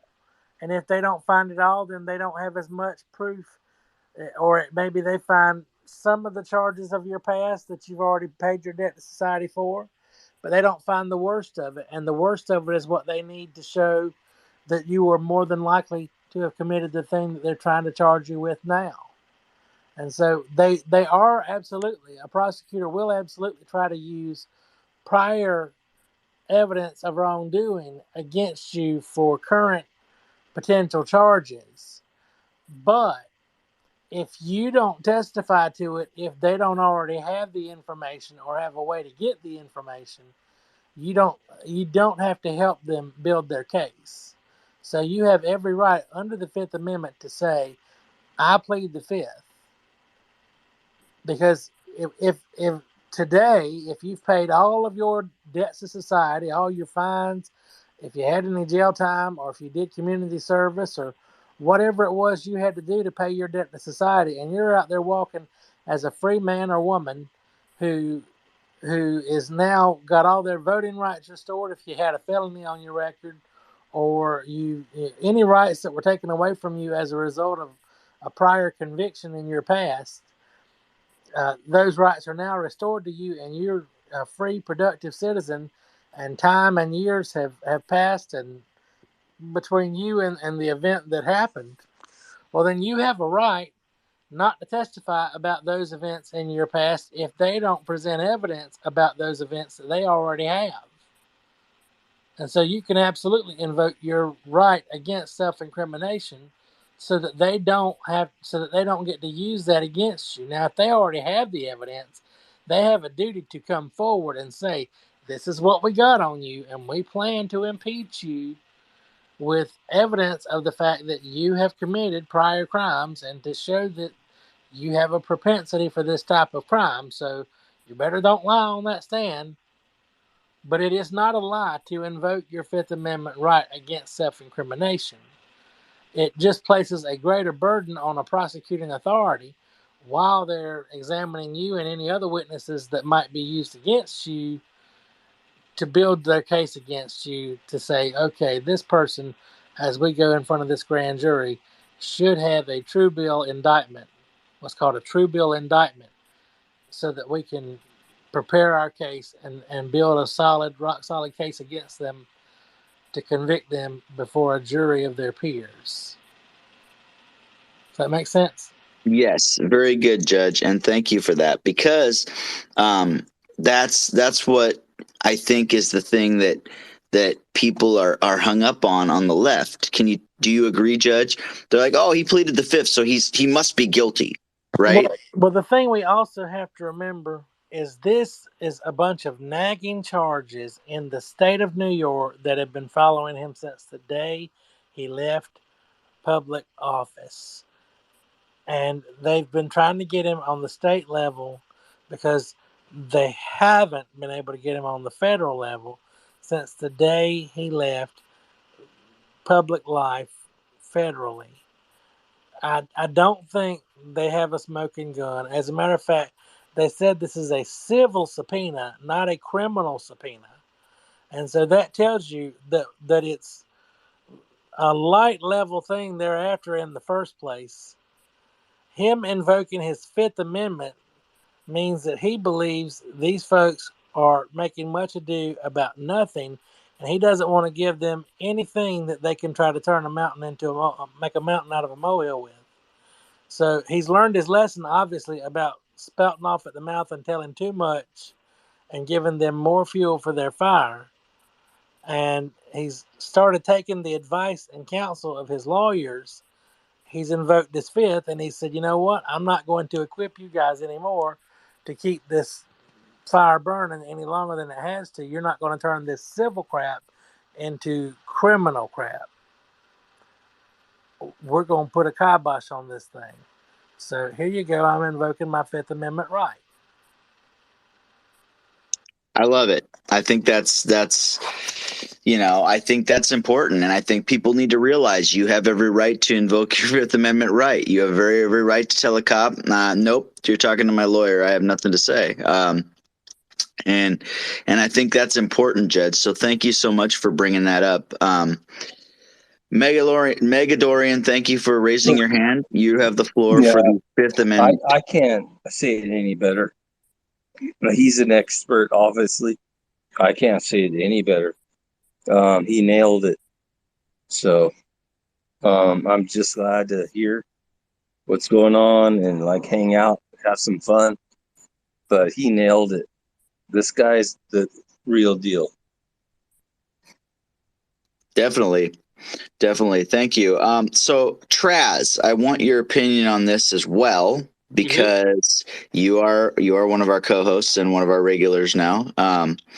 So go ahead, buddy. Give me your opinion on this Fifth Amendment stuff. I think that Trump has every right to plead the Fifth Amendment. I think that it is one of the most important amendments in the Constitution. I feel like it is one of the it is how do I put this? Um, it's definitely secure. It helps with the right to a fair trial. You shouldn't have to incriminate yourself. You should the evidence and what you choose to say and what should speak for itself. You shouldn't be forced to say something that you don't want to say. That's pretty much it. I mean, I think Trump is being they are coming after him just to pretty much just to secure a little, it's almost like they're just trying to secure clout. There's no criminal charges. Why would an FBI? Okay, actually, that's a little too far from. We'll talk about that in a bit. In a couple minutes, buddy. In a couple minutes. Trust me, I'm gonna go through the entire timeline with that. I got it all down. I'm Anyways, that's about excited. it. I'm excited. We'll get right on it at 10 o'clock or maybe even a little bit before. But Trump is 100% in the right. Thank you. Mar, go ahead. Just a little added note. I was sitting here thinking, because sometimes I do that, but I also think it's just the perfect opportunity to let the lawyer do their job. I mean, it's really pretty much that simple. So he stays silent. The media and everyone else doesn't have anything to chomp at, and let the lawyer do the job. If they have something on him or they got something going, the lawyer is going to deal with all that. So let the lawyer do the talking, and this is a perfect opportunity to let them do their job. And all he has to do is just sit back and be a client and let them do the work. Let them do all the hard work, because they know the jargon to say, they know the legalities. So let them do their job. That's very good, Mar. And the judge has his hand raised, so that's perfectly to jump right in there. And because the lawyers are practiced, you should. That's why they say you should say you're going to talk to my lawyer, right, Judge? Exactly. A lot of folks will say, ask so and so. I've got this cousin who's in law school, ask them. Or I've got this person who's a paralegal, ask them. But if you want someone who can answer your questions, 9 times out of 10, you better be asking a lawyer who's actually passed the bar and is truly practicing law. Even someone who's graduated law school, if they haven't passed the bar and are not practicing law, is going to be a very dangerous person to ask a legal question of, because someone who's not practicing law is not staying sharp on the law. It takes a practitioner. It takes somebody who's doing it every day, because they have to stay sharp on it. They have to do continuing legal education in order to be good at what they do. And so lawyers are the best equipped people to do it. Practicing lawyers are the best equipped to do what they do. Those who park a law license and go in some other field that's not legal are not the people to ask legal questions of. Get somebody who is experienced in the field of law that you're asking a question about when you have a legal question. And if they require a consultation fee, it's absolutely best that you pay it. Or if you find someone that doesn't require a consultation fee, go to them. But I will tell you this much about lawyers: you get what you pay for. And so, if they don't charge, oftentimes you're only getting peripheral level advice. Hey, can I tap in here? Why do people say attorney or lawyer sometimes? It's the words are interchangeable. They mean the same thing. That's it? Yes, sir. Okay. I also wanted to say this much too. This is really why I had my hand raised. Um, more than the actual legal aspect of what's going on here, and I hope nobody will attack me for this. I realize there are people who have differing views on religion here in the room, but I know a lot of people in this room do share our faith in the Lord. And I just want folks to know the attack that Donald Trump is under is very much a demonic attack. These people who are going after him are led by demonic forces and principalities. He is not facing attacks of mankind. He is not facing the attacks of people in power. He is facing the attacks of pure demonic influence that has led these people to do what they're doing. Because once upon a time, he was a beloved figure in Hollywood, as most people will remember, before he declared, I'm running for president. Oh, and by the way, I'm running as a Republican and not as a Democrat. Because when they all thought he was a Democrat and when they all thought he was part of them, they loved him. They had not an ill word to say about him, as most of us recall. What we're seeing and what we're witnessing in this total pile-on from the day he stepped down that elevator with Melania and said, I'm running for president, until now, this total destroy him at all costs. Dude, they It's, laughed. They laughed at him. They it's laughed at him. from And Tim. Hold on, Megalorian. Please mute your mic while the judge is talking because I want him to finish what he was saying. Folks, what we've seen from then until now has been a demonic attack. And when they saw that in the beginning it wasn't working, and that people began to see what was happening and began to fight for him, and the more they attacked him, the more people started to wake up and say, you know what, there's got to be something legit about this guy for them to all want to fight him so hard and attack him so hard. I'm going to get with him on this. But you know what? The more they attack him, the more of us who in the beginning thought he might actually be a joke have begun to take him seriously and listen to what he has to say, and are beginning to say, you know what? This guy is the real deal. This guy knows what he's talking about. This guy hasn't lied to us. This guy is the only one who has told us the truth. This guy is the only one who has had our back and is the only one who has really been fighting for us, the hardworking American people. And he's the only one who has pulled back the veil and shown the real ugly in Washington, D.C. and all around this country. And thank God for it. But he needs our prayers, people. He really needs our prayers, and he needs our vote. And we need to do everything we can on the local level where we're at to expose the truth.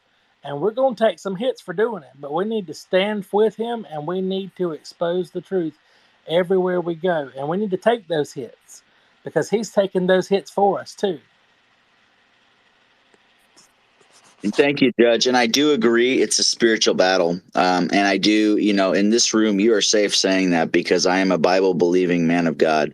And I believe it's a spiritual battle. And we have to talk about that some because the battle is not just like you said in the level there, it's a demonic attack.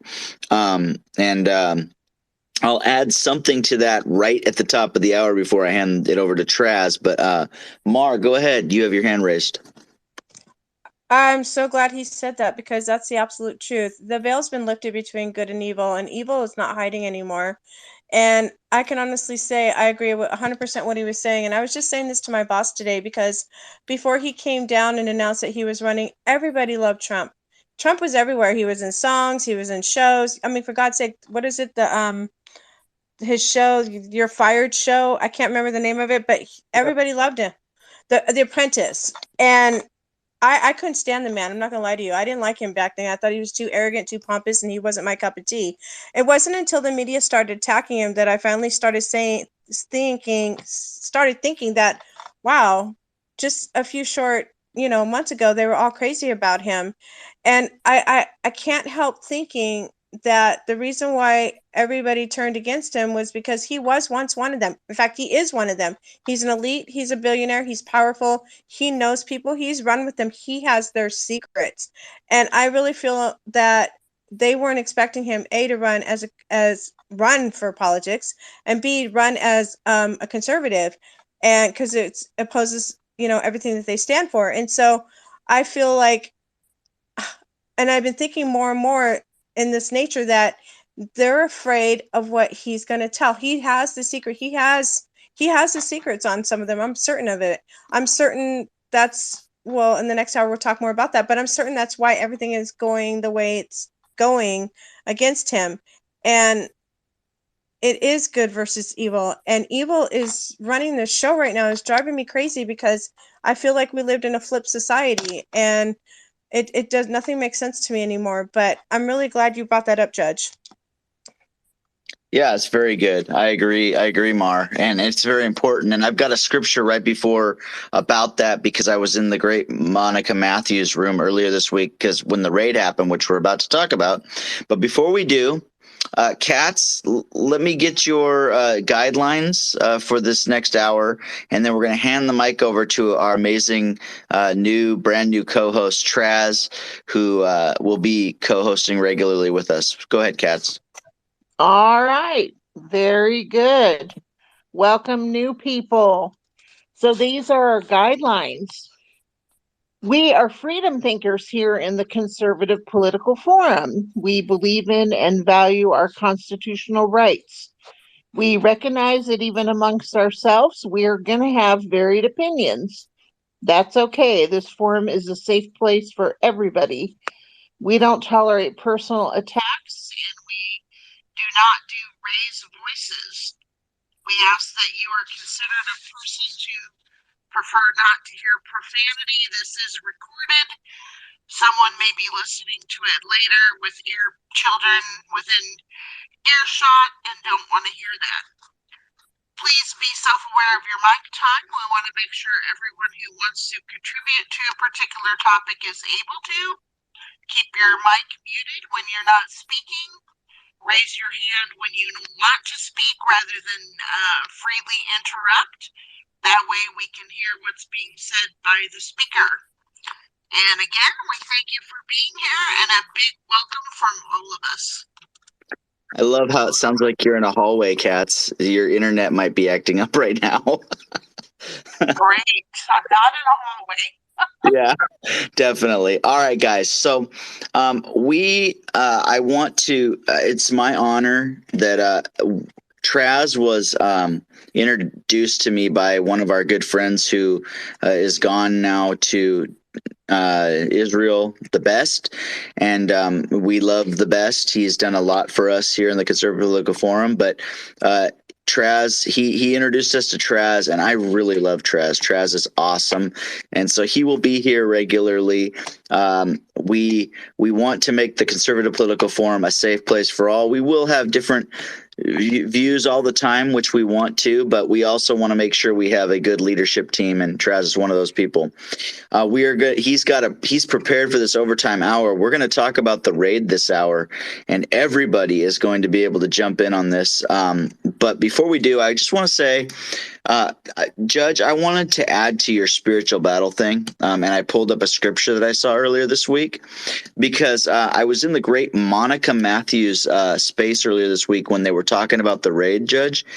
And do you remember in the book of Esther, Judge, where Haman set Mordecai up to try to take him down? Yeah. Well, this scripture came to me this week. And I thought of it with that situation. In Esther 7:10, see, Mordecai was Esther's adopted dad, or the somebody she looked up to, and this evil guy named Haman set him up to try and get him killed. Well, in Esther 7:10, the king had found out about it, and here's what it says: so they hanged Haman on the wood gallows which he had prepared for Mordecai, and the king's anger subsided. You see, they're setting up traps over and over again, and I believe the spiritual battle thing the judge talked about is kind of important to think about, because I believe that some of these Democrats are setting traps that they're going to end up falling into themselves, because they're the ones that are actually doing things they shouldn't be doing. And so that's why I brought that up, Judge, in that scripture, and I thought we should bring that up. But Traz is going to, I know you guys have your hands up, but I'm going to let Traz jump into what he has. He has a plot for this stuff, and then Traz will call your hands and stuff. Just remember Kat's guidelines, please. And if you want a mic and you don't have one, just let Kat and I know. And Traz, take it away, my brother. All right. So I bet most of you guys have probably heard about the Mar-a-Lago raid. I think I'm saying that right. I'm not too good at that pronunciation, but you know what I'm talking about. The FBI raided Trump's residence in Florida while he was off in New Jersey. So he wasn't at home. They raided his residence in Florida. They didn't find anything. That is, there was rumors swirling around. They were looking for the boxes that they said he took, which he returned. Their documents. Now this is the weird part. It was signed, the judge that signed this warrant. He is the U.S. I think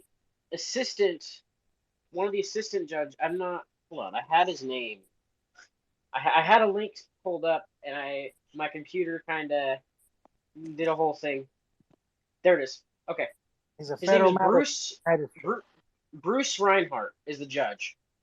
He's a magistrate judge for I think it's the South Florida district. So he was. There we go. Before he became a magistrate judge, he worked as a federal prosecutor for 1 year until January 1st, 2008. And then a day later after that, he became a defense attorney representing Jeffrey Epstein. Okay? So already this doesn't smell right. I don't obviously, Jeffrey Epstein was not a good guy. I think everybody in this room can agree. So he represented Jeffrey Epstein until 2018, when he became a magistrate judge and he's quote unquote well respected in the Palm Beach County legal community. So he signed off on this warrant. The FBI had communication with the Secret Service, and the Secret Service kept Trump away from Mar-a-Lago. They cooperated with the FBI and sort of helped them plan it when Trump would not be there. And this raid wasn't related to January 6th. This is not related to anything election-wise. They haven't announced anything why the warrant was issued. They haven't announced what they found. They haven't. So what is going on? That is my question. What do you guys think is going on? What do you think? Why would they do this? It's galvanized. I'm going to quickly say this. I think it's galvanized the Republican base. Before there's been a sharp turn that even people on the other side of the political aisle have condemned the FBI and the Department of Justice in this situation. So I want to hear what you guys think. Who had their hand up first? I didn't see. I was kind of. Meg DeLorean has had his hand up for a while. All right, go ahead, Mogadorian. So, what do you think this is? This is when Trump ran for office. He ran to pull out the deep state and drain the swamp. Is that not what he said? Yes or no? I mean, isn't that what he said? That is what he said. Okay, so the deep swamp is the FBI, and they're fucking crooked cops, and that's all I'm gonna say about that. The end. All right, just watch the language a little bit, man. But I agree. They are not. I don't think the FBI is innocent in this matter. I also want to add quickly before we go. I think was it Becky who was next, or was it Mamacita? Becky. Becky. Okay, I'm gonna quickly add this before I move on to Becky. Magistrate judges are not appointed by the president. There's been claims going around that he was appointed by Trump. That is in fact a lie. He is not. He was appointed by the district judges that were appointed by the president. So not only was President Trump had no oversight in him being appointed, that other than if he had appointed any district judges there. So this definitely also smells. I'm gonna go to Becky and then Katz and then Vibe. Thank you for allowing me to speak again. By the way, since I last spoke, I have downed, I think, 216 out my lights, so if I slur, I apologize. With that being said, I'm heading to bed here in a few moments, and I just really want to thank all of you for your varied opinions, insights.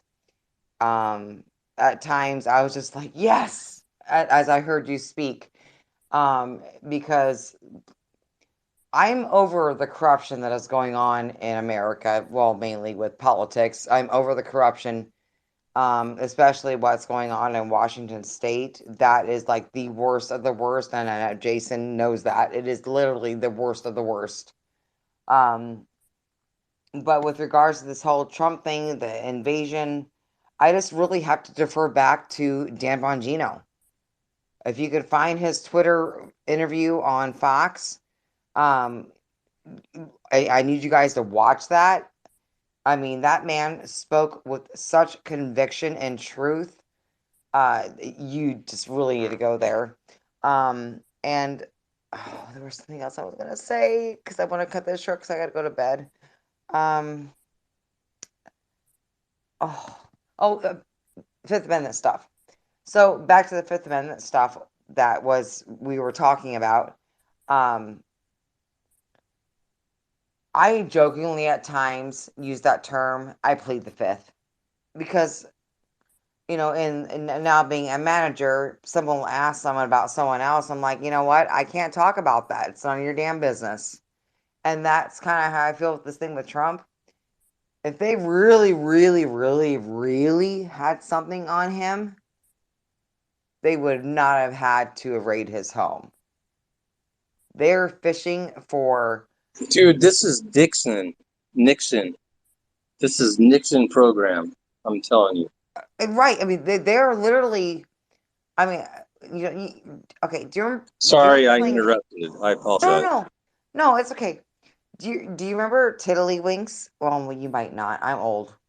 Do you guys all remember the game Tiddlywinks? And you had to carefully pick up a stick with another stick to try not to destroy what was there and not touch anything else or whatever. Yes, I do remember that game. Okay, thank you. So this reminds me of Tiddlywinks. You want to get what you can, but you have to avoid touching this and this and that in order to get what you can. So they're grasping at freaking straws, in my opinion. Nothing is going to come of this, and Hillary Clinton should be in freaking jail based on the Benghazi crap. But no, she's a Democrat, so no, they're not going to do that to her. I am so ready for a red wave. It's happening here in South Dakota where I live. It's happening in Iowa where I used to live for 10 years. It is happening in Wyoming, where my uncle lives, and he is so happy. He is a very strong conservative Republican. Probably not as much as my uncle Jim, but he's a very strong Republican, and I'm over this. And for those of you that have not heard me speak before, I've always made this joke because I never started voting until 2016, because that's when politics started becoming important to me about my life, what was going on in my life, and the decisions that I made for politics were going to directly affect my life. And so my joke is I did not want to vote for Monica Lewinsky's ex-boyfriend's wife. That's how I saw it, and that's the way I still feel. So I hope you guys have a great night. I'm gonna grab a snack. I'm gonna go lay down, watch some Netflix, and hopefully get a great night's sleep. I hope y'all are amazing. And Jason, I will find a way to get you to South Dakota. I don't know how, but I'm gonna get your ass out. Oh, I'm going to get your butt out here because you need to be here. Anyway, I'm done. I want to check it out. Well, You good take night, care, Becky. Becky. What was that? You take care, Becky. Thanks for Oh, being here. absolutely, Kat. It's always good hearing you. And I honestly, I really love your insight on so many subjects because you really seem to stay true to what the subject matter is and not going off on like falsies or um what is the word I'm looking at? I can't find the word. Remember, 260 now since yeah. Anyway, yeah, no, you truly you speak the truth. Actually, I haven't heard anything on this forum that would disrupt or disturb me, and that makes this awesome. And then also too, Jason, as again, thank you. You are my voice when cannot be out there being a voice, because you and I are on the same page on, I think, nearly every level with everything. And so I thank you for that. I love you as my friend, and I always appreciate when I'm able to be here and speak my voice with you. Well, thank you for that. Thank you very much. And that's what I want. I want to be a voice for, I want everybody to feel that way coming here. So thank you so much, Becky. And have a good rest. Yes. And by the way, my back is doing better. Nice. We've been praying for that. Yes, thank you. I think prayers have worked because yesterday morning when I woke up, I could actually get out of bed and take a step without pain. So that's a good thing. Awesome. Awesome. All right, Traz, Yep. whoever you need to call next. I believe Vibe was next, and then Mamacita, or it's the other way around. I think it was Vibe though. It was actually Cat. She can go before me. Oh, it was Cats. My bad. Cats, Vibe, and then Mamacita. Does that work for everybody? You're the co-host. You can call it as you want it, Traz. Don't forget that. All right. Well, we'll do that, and I'll keep better attention. That's apologies on my part. Thank you. Hey Judge, are you still there? Yes, ma'am. Okay, great. Because I have some questions for you, if you don't mind. I'll try my best. I know you will. Okay, so one, Trump's lawyers were not allowed to go into the facility. They were made to wait outside. Is that legal, or excuse me, is that illegal or just improper? I don't know that it's illegal, but in most jurisdictions it's not standard protocol.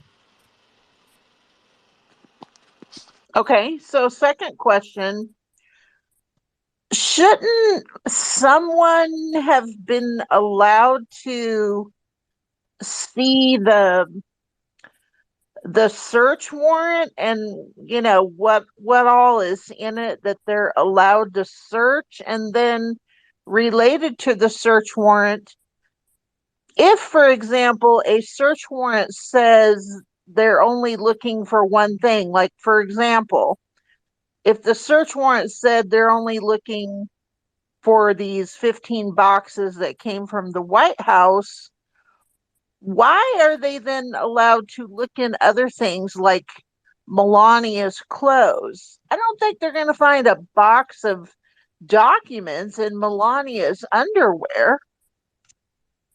What they're allowed to do is to look if they know the shape and the size of what they're looking for. They're allowed to look in places where the thing they are looking for reasonably may be found or would fit or could be hidden. Um, that could be a plethora of, depending on whether or not it's a piece of paper or it's a box of papers. Um, there's been all types of stories about whether it was 16 boxes of papers removed from Mar-a-Lago or whether it's the same 16 boxes that were previously handed over by Trump months ago to the National Archives under a request they had made when he was cooperative earlier. There's all kinds of misunderstanding about what's going on here, and the White House, the DOJ, the FBI, all of them are telling different stories now that the public has become so outraged about what has occurred here.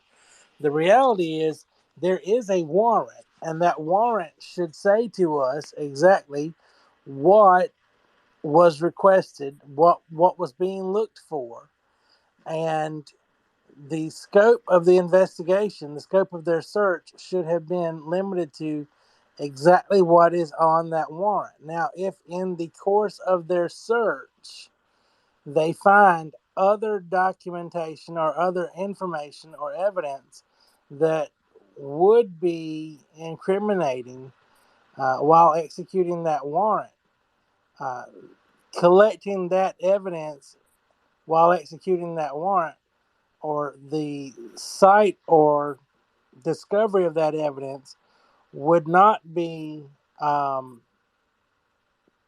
to grab that evidence in and of itself, if it's not contained in the same containers as the evidence that they are trying to collect, would be inappropriate. So what we would have to say is if the warrant says so and so box, which we anticipate holds so and so letters or documents, then they can look for that box. If in that box said documents exist, but there's also other things that might lead credibility to other investigations they're currently working on, perhaps January 6th, or any host, or the Russia collusion thing, or any of the other things that they've tried to trump up against him that have borne no fruit so far, but documents exist that lend all kinds of credibility to it, are in those boxes as well, then they could begin to use that information derived from that search, even though that's not what the warrant was tapered to, against him. So that's what they're hoping for, is that they'll go in there on this National Archives warrant for these documents that they could have just negotiated with his lawyers to get in broad daylight, just like they did with Hillary Clinton when she left over the bleach bit emails and over furniture items and other things. And the lawyer negotiated to return the things that she had, supposedly. Um, they could have done the same exact thing with Trump if that's what they really were trying to do. Um, Instead, what they were doing, it's very obvious what they were trying to do, was to go in there in the dark of night when they knew he would not be there and go for information on a broad search, but claiming that it was a narrowly tailored search and that they were only after what the National Archives investigation claimed was in certain boxes.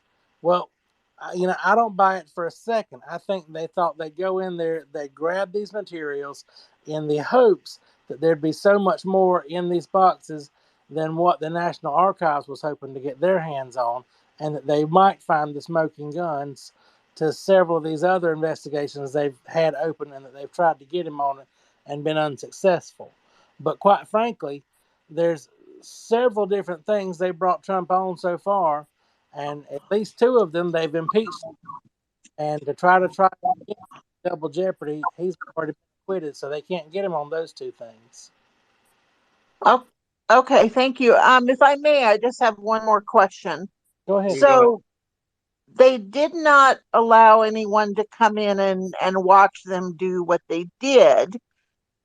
Is there any wrongdoing are they supposed to inventory things before they take them out, or they have the right to remove anything from the premises?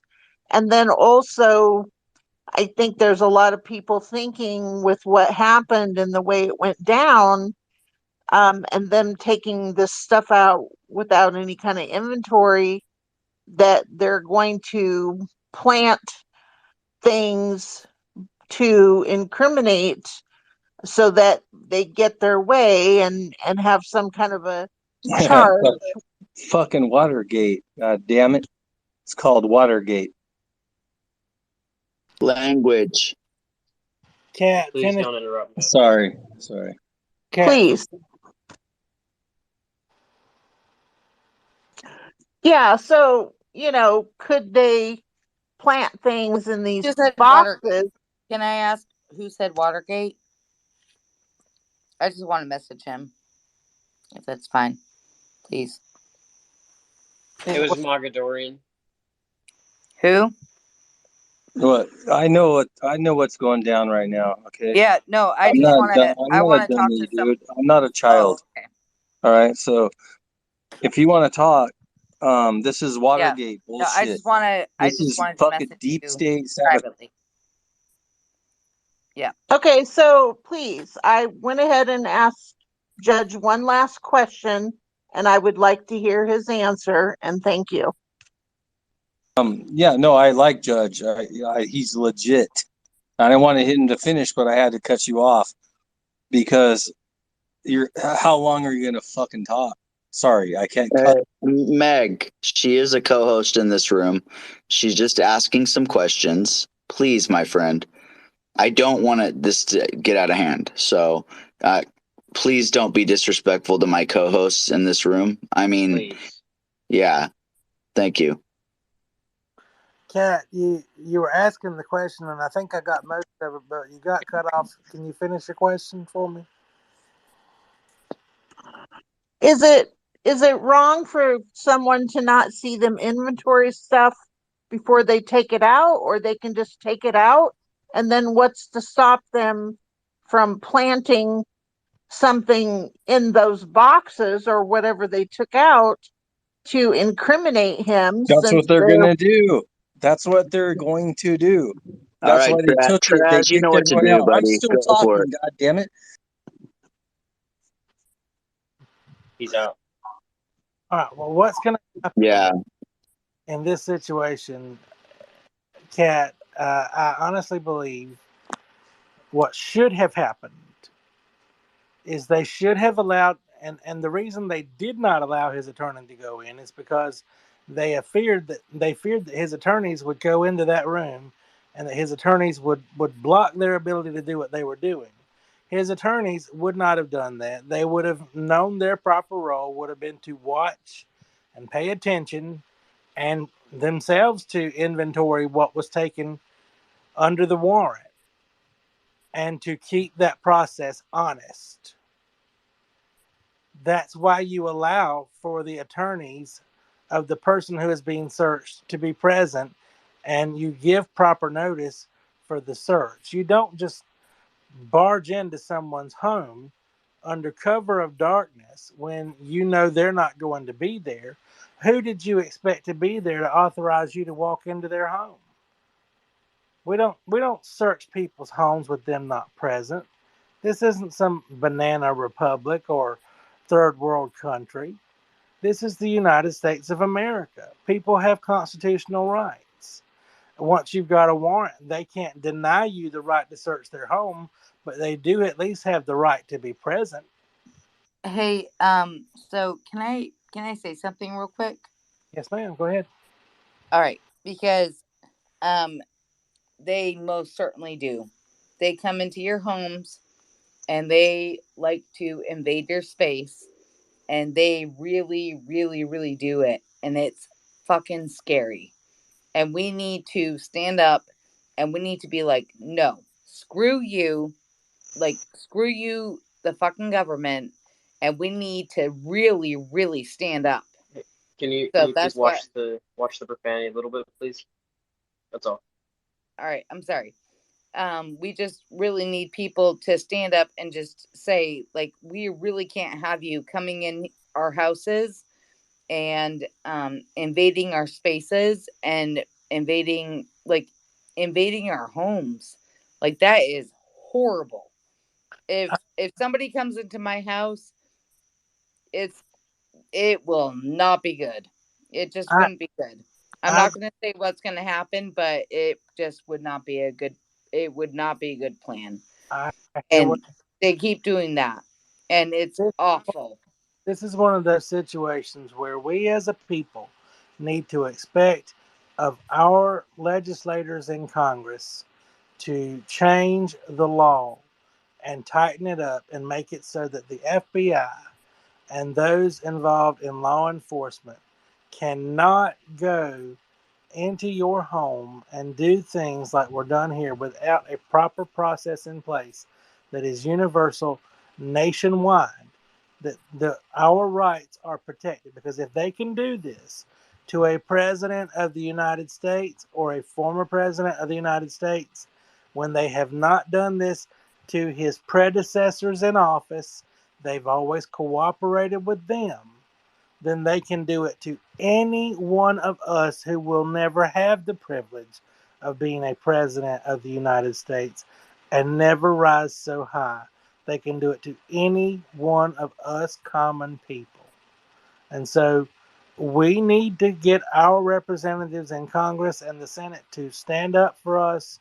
We need to push very hard at them, and we need to make it known we will accept no less than their best on this one, and that the law needs to change for our protection so that law enforcement and prosecutors cannot weaponize law enforcement to go into people's homes to do things like this for political purposes, because this was a political attack job against Donald J. Trump to try to prevent him from being able to run for president again, because they are scared to death if he gets back in that White House that they he's going to unleash the full force of the law just like they've done to him against them. But he's going to do so righteously, because he knows what they have done and he knows what they have carried on with. And quite frankly, he had said before in a debate, if you all recall, that if he was president, Hillary Clinton would be in jail. And they may have held Barack Obama out there as their golden boy, but they are still protecting Hillary Clinton and the cabal around her like she is the second coming. And they, for whatever reason, will go down with that ship just like they would go down with Obama's. And I'm telling you, for whatever reason, I feel with all my heart that it is Hillary Clinton and Barack Obama are running this country right now. It is not Joe Biden. So, before we move on to Mama C, I want to quickly add that I just forgot it. Oh, it'll come back to me. It'll come back to me. I'm gonna move on to Mama Cita, and I'm gonna try to remember. So, Mama Cita, you have the floor. Okay. Where to start? Okay, so I don't understand a few things. Like, I don't understand how they raided his home when he was cooperating. I also don't understand. I've been listening to some podcasts, and apparently, part of the things he had to cooperate with is that he had to secure the area where the documents were, put a padlock on it and such, and secure it. So they already knew what was in there. So if they already knew what was in there, why in the world did they need to go there to get that information? I honestly don't think they went there to get evidence to incriminate him. As for, I'm kind of thinking they were getting evidence to protect themselves. Part of me feels that way. I feel like they can see the writing on the wall that the midterm elections are not going to go very well for them, and that they needed to find out anything and everything they can that either he has on them, or any tidbit they can get on him as well. Because I do know that presidents are privy to certain information that they're allowed to take when they leave the White House. So I don't even understand how those documents came to play. I could be wrong on that, but I just feel that that was a little overreach in my opinion. I could be wrong too, because I'm not a legal person, but I just kind of feel like that's an overreach. So I think it was kind of a desperate act on their part to, for whatever reason, they know I don't think like them. And I just feel that that backfired on him, because what it actually did is it kind of showed people the overreach that they're exhibiting right now in harassing him. That's basic harassment. I mean, no matter how you look at it. But it also opened up some eyes to the other side, because now they can see, like, I mean, I've been watching liberals talk about, hey, this isn't right, man. Because yeah, if they could do this to a former president, what do you think they could do to us with little to no regard? Because at least with him, they had to show a certain amount of restraint. For us, they'll walk all over us. We won't even get an opportunity to see the inside of a courtroom. We'll be locked up in prison, just like the January 6 people are.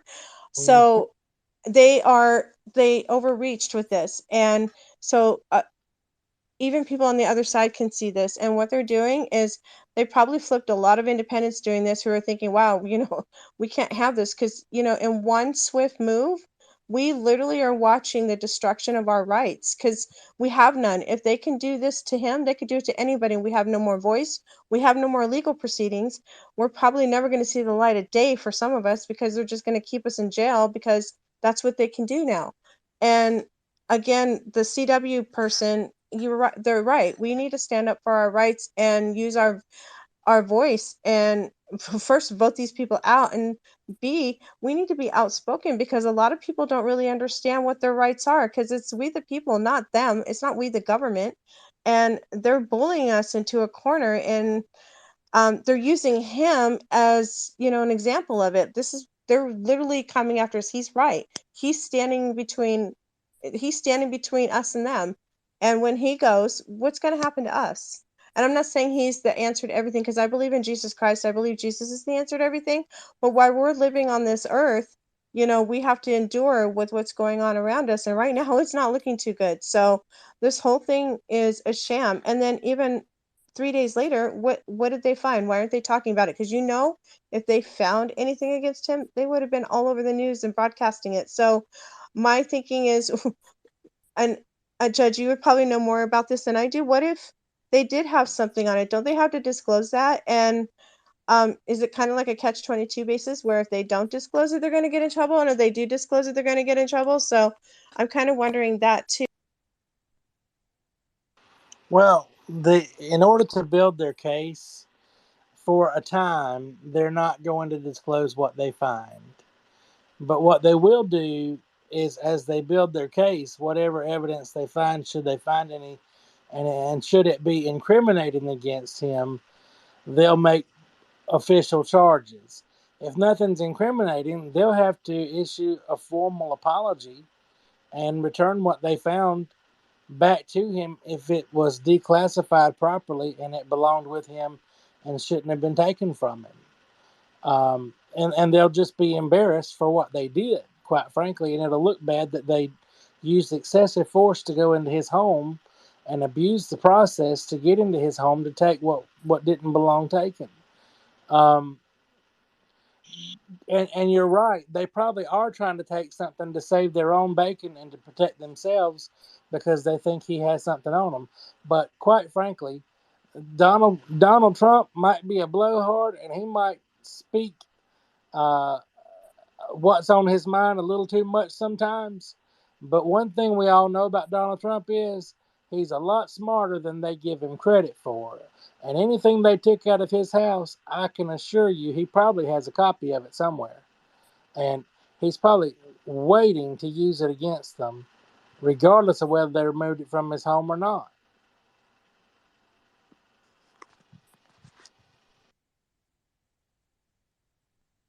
CW.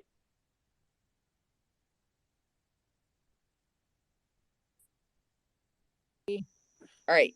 You guys can hear me? Loud and Yes, clear. loud and clear. Oh, Traz said it. Traz got it. Sorry, Traz. I was just helping you. But yeah, no. So, I was raised as a very, very strict Christian and grew up very strict, but and my body is very, very broken right now. I have a broken back, I have a broken eye. I am not doing super good right now. So, prayers are appreciated. But so I'm not going through a lot of good things, but like I'm very, very appreciative of um, people praying. And my niece died. My niece was like, she was 10, like 11 years old, and she died in December from cancer. And so like we've been like I've been a little bit struggling with mental health, and like I just need people to know like shit is fucking shit. It's bad. And like I can't like mentally do this anymore. I need a lot of mental health help, and I'm just not doing mentally I'm not doing good. So I just need a lot of mental health. Um but I'm not going to the doctor. I just need like I'm just I'm just dealing with myself, and my kids are, my kids are a little bit struggling with me, and so we're just trying to figure this out. So I just want you guys to know like this is not an easy journey at all. At all. Like it's hard, and I just need like um people to just, like even if you're not a person of faith, just just like just say something to God, or just say something to just do something, anything. Because my kids are, I have 3 kids, and they're struggling right now because of me, and because I'm not doing that good. And Hey, I CW. need a lot of help. What? I just want you to know we pray at the end of every forum. So is it okay if we are praying for you tonight as we close in about 25 minutes or so? Oh yes, please. Okay. Yes, I'm please. I'm I would big on that. I'm totally supportive of that. I'm just, yep. Because I love Jesus. I People would tell me, "Are you a Christian?" And I'm like, "Well, I love Jesus because I don't." It's hypocritical a little bit to say you love Jesus when you're a little bit different than what the typical Christian is. But yeah, thank you very much. No problem. All right, Traz, you got it back, bro. All right. I think Mama Sita has her hand up. So unless I don't think anybody else did, so we'll go back to you. Yeah, I just want to say something really quick to CW. CW, I really feel your pain. I'm really sorry that you're going through everything, and I can relate in so many ways. So I'm going to be praying for you, and my heart goes out to you. So Thank you so much. All right. Does anybody have anything else to add? I think we went about just about everything with the rave. I mean, I can add a few more things back to before I pass it off. Oh, cats. I saw a hand fly up and Um, yeah, so I think I've heard or read in a couple spots that some to the left want to see those of us more to the right get really upset and really angry so that they can use the supposed anger against us. And so I think we need to follow Trump's lead and just be calm and cool and not let them use anything against us, as they certainly like to use any little thing and, of course, unfortunately, make up stuff. So that is my comment. and then Mama Cedar. Traz, you have this for another 15 minutes, bro. So if you can add whatever you want, you are All right. the co-host. So I will. just enjoy I got, your time on the mic, bro. I got stuff to add. Mama Cedar, real quick. Yeah, I'm gonna follow along with cats. Yeah, I do believe they would love nothing more for us to get into a civil war. They'd love nothing more for conservatives to get out there and tear things up like the Antifa did, and that's what they're kind of hoping, actually. And the problem is that we're a little more level-headed than that. We have different tactics than that, and I really pray. I mean, I'm speaking for myself, and I'm a few other people, but I'm really hoping that conservatives keep their heads together and not fall for that trap, because they would love nothing more than to label us and put us in jail. I mean, look at the January 6 people; they're still sitting in there. So this is just another tactic for them, not only to trap us and get us to lose our minds, but I mean, and to get Trump at once. Why not get two birds with one stone, right? So we got to keep ourselves level headed. And for those of us that focus on Jesus, we need to keep focusing on that and keep walking the path of what we know we need to do. And falling apart and creating chaos is not the way. We need to just keep moving forward and send our message and keep using our voices to fight against what we're dealing with. I 100% agree, and that's kind of what I wanted to lead into. That that we can't let ourselves be pulled into. Uh, we can't let ourselves be pulled into this. We can't. What we need to do is we need to vote. We political action. We don't need to. There's no place for violence. That is not at all what we should be standing for, I think. But the one good thing about this event is that it has galvanized. It has increased conservative enthusiasm towards these upcoming midterms. It is 100% backfired, regardless if it was a political move or if there was some legitimate reason, which I think it was a political move, personally. It has 100% backfired on everyone who has had a part in it, except for Trump. It has only increased Trump's popularity. He is came out of this better because now anything that he might be accused of that isn't obviously 100% true, though it'll be seen as another Mar-a-Lago raid. People will think it's a attack on him personally in his politics, and instead of it actually being a crime. So that's what it is. Anybody else want to add anything? I know CW kind of almost said something and then didn't. So Yep. Nope. That makes sense. And so here's another thing is like what I said, like, is when my niece died, it was it was a horrible death. It was just awful, awful, awful. And she died a horrible death, but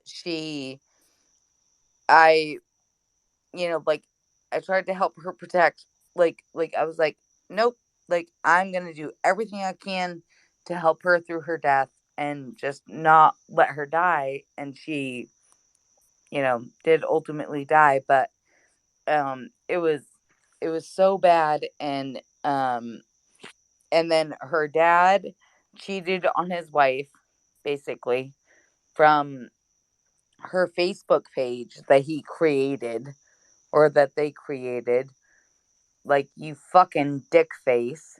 Like, I want to punch him in the face, and my great aunt, my great uncle just died. So, like, people keep fucking dying. Hey, I'm like, what the fuck? People keep fucking dying. hey, CW, What? can you please watch the profanity a little bit? I get, Sorry. Yep. All what you're right. going through. I'm not So trying to discount that. people just keep dying, and I'm like, I can't handle this. I can't handle people dying. It's literally like it's really, really, really, really, really getting to me. And so I need support, and I don't like I do have support, but I just don't have that much support. Like, it's like, yep, I have support, but there's just people that are just like, yeah, we don't understand empathic and empath. Well, I just want to say, we're all here for you. We're all here to support you. We're all here.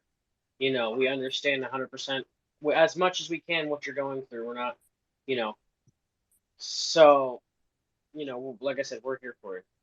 Mama Sita? I understand 100%. My son passed away. Tomorrow will be 10 months. And I get what you're saying, not being able to handle things, but let me just give you a piece of advice from a mom. There is hope. I believe in Jesus, and I believe that he's the only reason why I'm standing, because I'm telling you what, that was the hardest blow I've ever been dealt with in my life. And I hope to God I never have to endure anything like that again. And moving forward with that idea, he's the one that keeps me focused. And you say you're a Christian, you need to really rely on him right now, because he is the healer. He is the thing that's going to get you through it. There is nothing greater than the love that Jesus gives you in the moment of your grief, because let me tell you, he met me in the darkest days of my life, and he's still meeting me because I have them every day. And I understand your mental health concerns, because it is mentally challenging. It's hard to walk through things like this. It's hard to figure out what to do, and especially in this world's chaos right now. It's especially hard for me because it drives me insane trying to cope with everything that's going on politically and emotionally for myself. But look, at the end of the day, Jesus is the thing that keeps me going. He's the thing that's going to keep you going. You have to really rely on your faith and try to find that moment just to connect with him and let him guide you through it, because he does meet you in the valley of the shadow of death. He does meet you in the lowest of your lows and the highest of your highs. And you can't give up, and you can't give into that feeling, because I almost feel like the enemy plays on that too, because he wants you broken and deceived, and you're more susceptible to the things when you are broken and deceived. So you really do have to put your trust in God. And I know it's hard, trust me, I do, because I have to do it. And I'm saying that for me because I have two daughters that I got to keep going for. And tomorrow's the 10-month of my son passing. And I'd like nothing more than to just give up. But I can't. I have to keep going because I know that there is something more than this world that we're living in right now. I believe that with 100% with my heart. I know there's something more. Jesus has something better for all of us, and it's not feeling mentally worn out, and it's not feeling broken, and it's not feeling deceived by what the left is giving us. There's hope and there's love that's waiting for us, and we just have to believe that and let that guide you, and don't give in to that uh, despair, because I know it's easy. Trust me, I do. I have stories that I could share, but I'm not going to. This isn't the forum for that. But I will tell you that please just have hope and keep the faith and just trust Jesus to let you get you out of that. So, okay, I'm done preaching. Thank you. Yeah, thank you. That was really touching. Touching, my bad. Judge, go ahead. I want to encourage everyone here in our space tonight, because I know I often encourage friends and acquaintances who agree with us on politics, especially our conservative brothers and sisters, to not mislabel those on the left as liberals, because typically your Reagan conservative is a classic liberal. But to call them what they are and call them leftists. But the thought came to me, and I feel it came strongly from the Holy Spirit, and I want to share it. I hope you won't mind me doing so.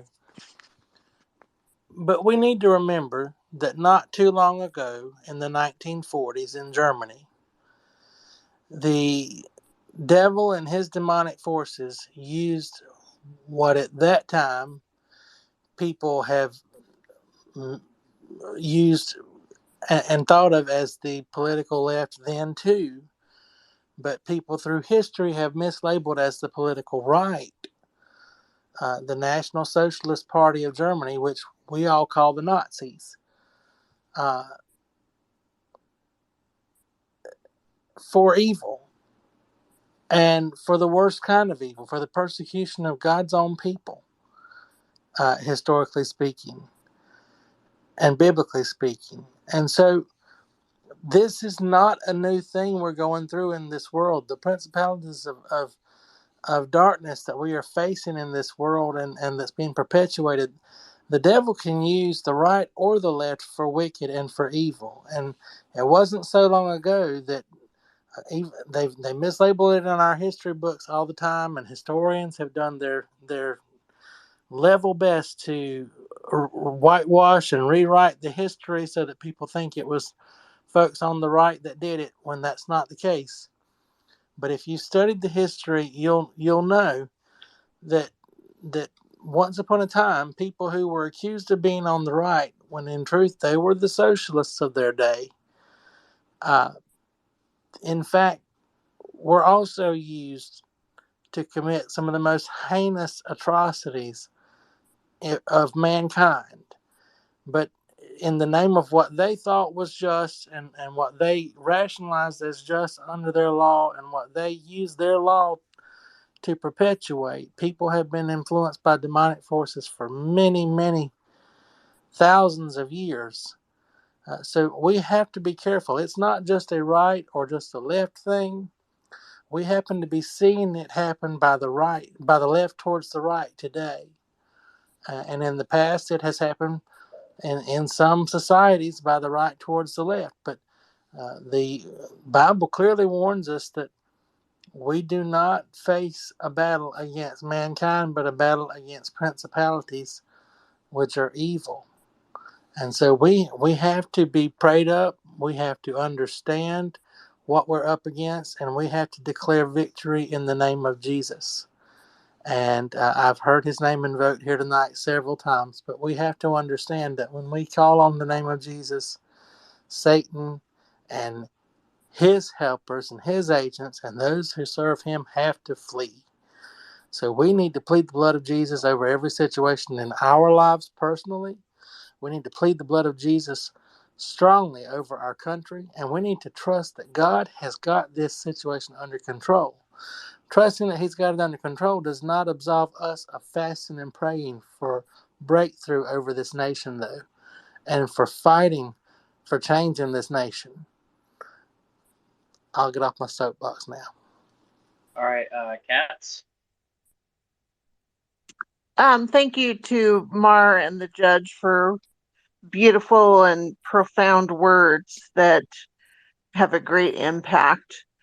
Traz, I did want to ask you your opinion if you think that the FBI is going to plant things in those boxes or paperwork or whatever they have to incriminate Trump so that the left gets their way, and finagles things so that he cannot rerun for election. I mean, I wouldn't be surprised, but at the same time, I don't think the FBI would go that low. I think at this point, with the PR disaster they're already in, I think they'll just say, okay, we're just they're just gonna tap out for at least right now. because I don't think they found anything legitimate. I don't think even if they did find something, I think if they do plant something, and if people find out that they planted it, it's gonna be a lot worse than it is right now. It would not like right now. It was just rated. If they people figure out if they actually plant something on him or on in the boxes, oh, it wouldn't. I would not want to see that. That would not be something I want to see. Mama Sita? I just have a question. So, I've been reading all over the place that Trump's team wasn't allowed to keep the warrants. Is that something that's typical? I mean, shouldn't they be able to have that? And if not, why not? I'm gonna refer that question to Judge because he's a legal expert. When a search warrant is served on you, you are entitled to your copy of the warrant. And so his team should absolutely have been left with a copy of the warrant so they know what was taken. And there should have been an itemization, a checklist to prove that only that was taken. If that was not done, then proper procedure was not followed. I would not be surprised if the procedure is audited and it's found that this procedure was not followed to the letter the way it's supposed to be done, that a resignation by Director Ray is forthcoming in the weeks to follow. I would agree with you on that one, Judge. I definitely agree as well. Mamacita, or Mar, you can give your final thought, and then I'm gonna close with some things. Okay, so they're entitled to an itemized list. See, I kind of knew that. So if they weren't given the warrant and they didn't get an itemized list, well, I don't know where I'm going to go with this. So if he should be entitled to that itemized list, so they can do whatever they want. I lost my train of thought with that. I lost my question, but he should be able to get an itemized list of that. So they should have inventoried and give him everything what they took. So, but I have a feeling he already knows what they took. So the cameras were still running when they were searching. Yeah, I mean, we'll find out, but I can say this, the traps they're setting they're trying to set up for him, they're going to find themselves in their own traps. That's what I feel like what God's word says. But I want to thank the judge for his legal advice tonight. Judge, you are always, it's always amazing to hear from you, and your opinions. And I'm very thankful for it. Traz, thank you, my brother. You are an amazing co-host, and we're really honored to have you as a part of our team. So you'll see Traz more often, guys, because he's good. And Katz, as always, thank you so much for what you do. You are very much appreciated as well. Everybody, just a reminder, next week we have the amazing Gabs going to be here talking indoctrination. So for 2 hours, the 9 o'clock and the 10 o'clock hour in overtime, she's going to be talking indoctrination, talking about her story, and also talking about the CRT and all that stuff that people tend to think, oh, that's not happening. Well, yeah, it is, and she'll give you proof that it is. So make sure you guys invite people. Let's get people in here to hear about this, because I think it's very important. It's a very important story. Plus, it supports Gabs in her fight to fight this stuff. And so we just want to keep doing that. And I'm so honored that she's going to be here. And then we Right. have. Yep. Huh? No, I got you. But I just encourage everybody to really, really, really fight against the government and find help. All right. Definitely. So I'm going to mute everybody while I pray. But Katz, before I pray, Katz, you may have something to say. Sure. Just thanking everyone for being with us. Glad to have Traz on board. You did a fantastic job. Thank you, Judge, for answering my many questions. And I feel that they were valid and hopefully answers that other folks wanted to hear as well. And of course, Jason for the wonderful job he does and having this forum for all of us. Thank you. I'm honored. I'm always honored. I'm honored that people show up. Without you guys, this would just be me sitting in this room by myself. And I don't want to talk to myself. I want to talk to other people. So, so I'm very honored. Let's pray, and then I will unmute you guys to say if any of you guys want to say goodbye, because I like to let people say goodbye as we're closing out. So, Father, I just thank you for CW who was in the room and left. I just pray that you bless her and take care of her. Bless her family. I pray you heal her body. I just thank you, Lord, that no weapon formed against her shall prosper. We just call her healed, healthy, and whole in your mighty name. And I thank you for anybody in this room that may be hurting. I pray for healing right now. Sickness is not allowed in people's bodies, and I just call healing. I call healing over the judge, over his body. I call healing over other people that may be dealing with illnesses, Lord. I just thank you that they are healed, healthy, and whole.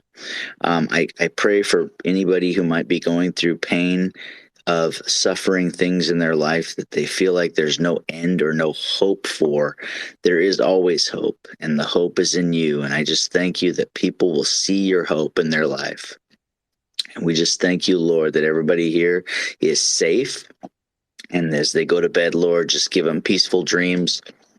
I pray nobody is tormented by the enemy, because no weapon formed against them shall prosper. In your mighty name we pray. Amen. Thank you all for being here, and I look forward to seeing you guys again next week. Judge, thank you for all your insight. Traz, you are amazing, my brother. Thank you. Mar, thank you for staying the whole time. I know I'm going to regret it tomorrow. Thank you. Thank you for having me. Thank you to y'all. And I want to encourage every one of you, those of you who are persons of faith, and even those who are not. There is this awesome preacher and prophet who it goes by the name of Joseph Z, and he has started a church called Church. He is a conservative preacher, and he gives messages that are they're not always extremely positive, but so too the Bible is not always extremely positive, but his messages are spot on, and I think you'll find a lot of good in what he has to teach and to share. But he is broadcasts on Facebook and several other platforms on social media. I would encourage every one of you, if you get a chance, to at least look him up and give him a try. But his name is Joseph Z, and he hosts the Red Church, but he goes by Joseph Z online. But he's awesome. And the topic of most of his, I guess the name of the show is The Red Church Rising. And he talks about what he calls a group of the young lions, or those who are rising up to lead, and they're leading with a sense of purpose from the Lord, called specially for this day and this time and age to rise up and to fight against the forces of darkness that are taking over this country and this world, and to fight that back. And they are specially called, and they will be specially gifted with the power of the Holy Spirit to fight it back. And so you may be among that number who is called. So please, if it may be that telling you about that group and telling you about him is something that I'm supposed to do tonight, and I'm just trying to do what I'm supposed to do, I guess. But look him up if you find it valuable to you and to your walk. I hope that you'll enjoy it as much as I do and get what I get out of it too, or even more maybe. But I pray that each of you is blessed. I thank you, love and respect each one of you, and it's been awesome tonight. Thank you, Judge. Hey, real quick, Judge, and everybody. Speaking of that, thank you for sharing that with us, Judge. Not this week, but next Saturday, I'm going to host it's not a political space. It's a biblical space on fear and anxiety, that people might be dealing with. So if you guys want to join, it will not be late at night because I want people on the East Coast to be able to come. It'll probably be 6 p.m. on the East Coast, 3 p.m. on the West Coast. I can give you more details. It will be next Saturday, but I just feel a leading from the Holy Spirit to host that because I think people are going through some fear and anxiety in their life. So, Judge, can you pull the name of that guy one more time so people can remember? Because I don't want that to get overlooked. Joseph, like Joseph in the Bible, with a Z behind it, like zebra. Joseph Z. And he often speaks about his blog, The Red Church Rising. All right, you guys got that? And hopefully the listeners got it. Yep. Thank you very much, everybody. And next week, like I said, it's the Amazing Gabs. And then the week after that, we have our friend, Let's will be here. And then GayCon is at the end of the month. So we got a full list of forums and stuff. But thank you, everybody. And everybody have a wonderful night. And look up Joseph Z, the judge was talking about. God bless everybody. We'll see you next week. Wonderful night, everybody. Good night. Good night.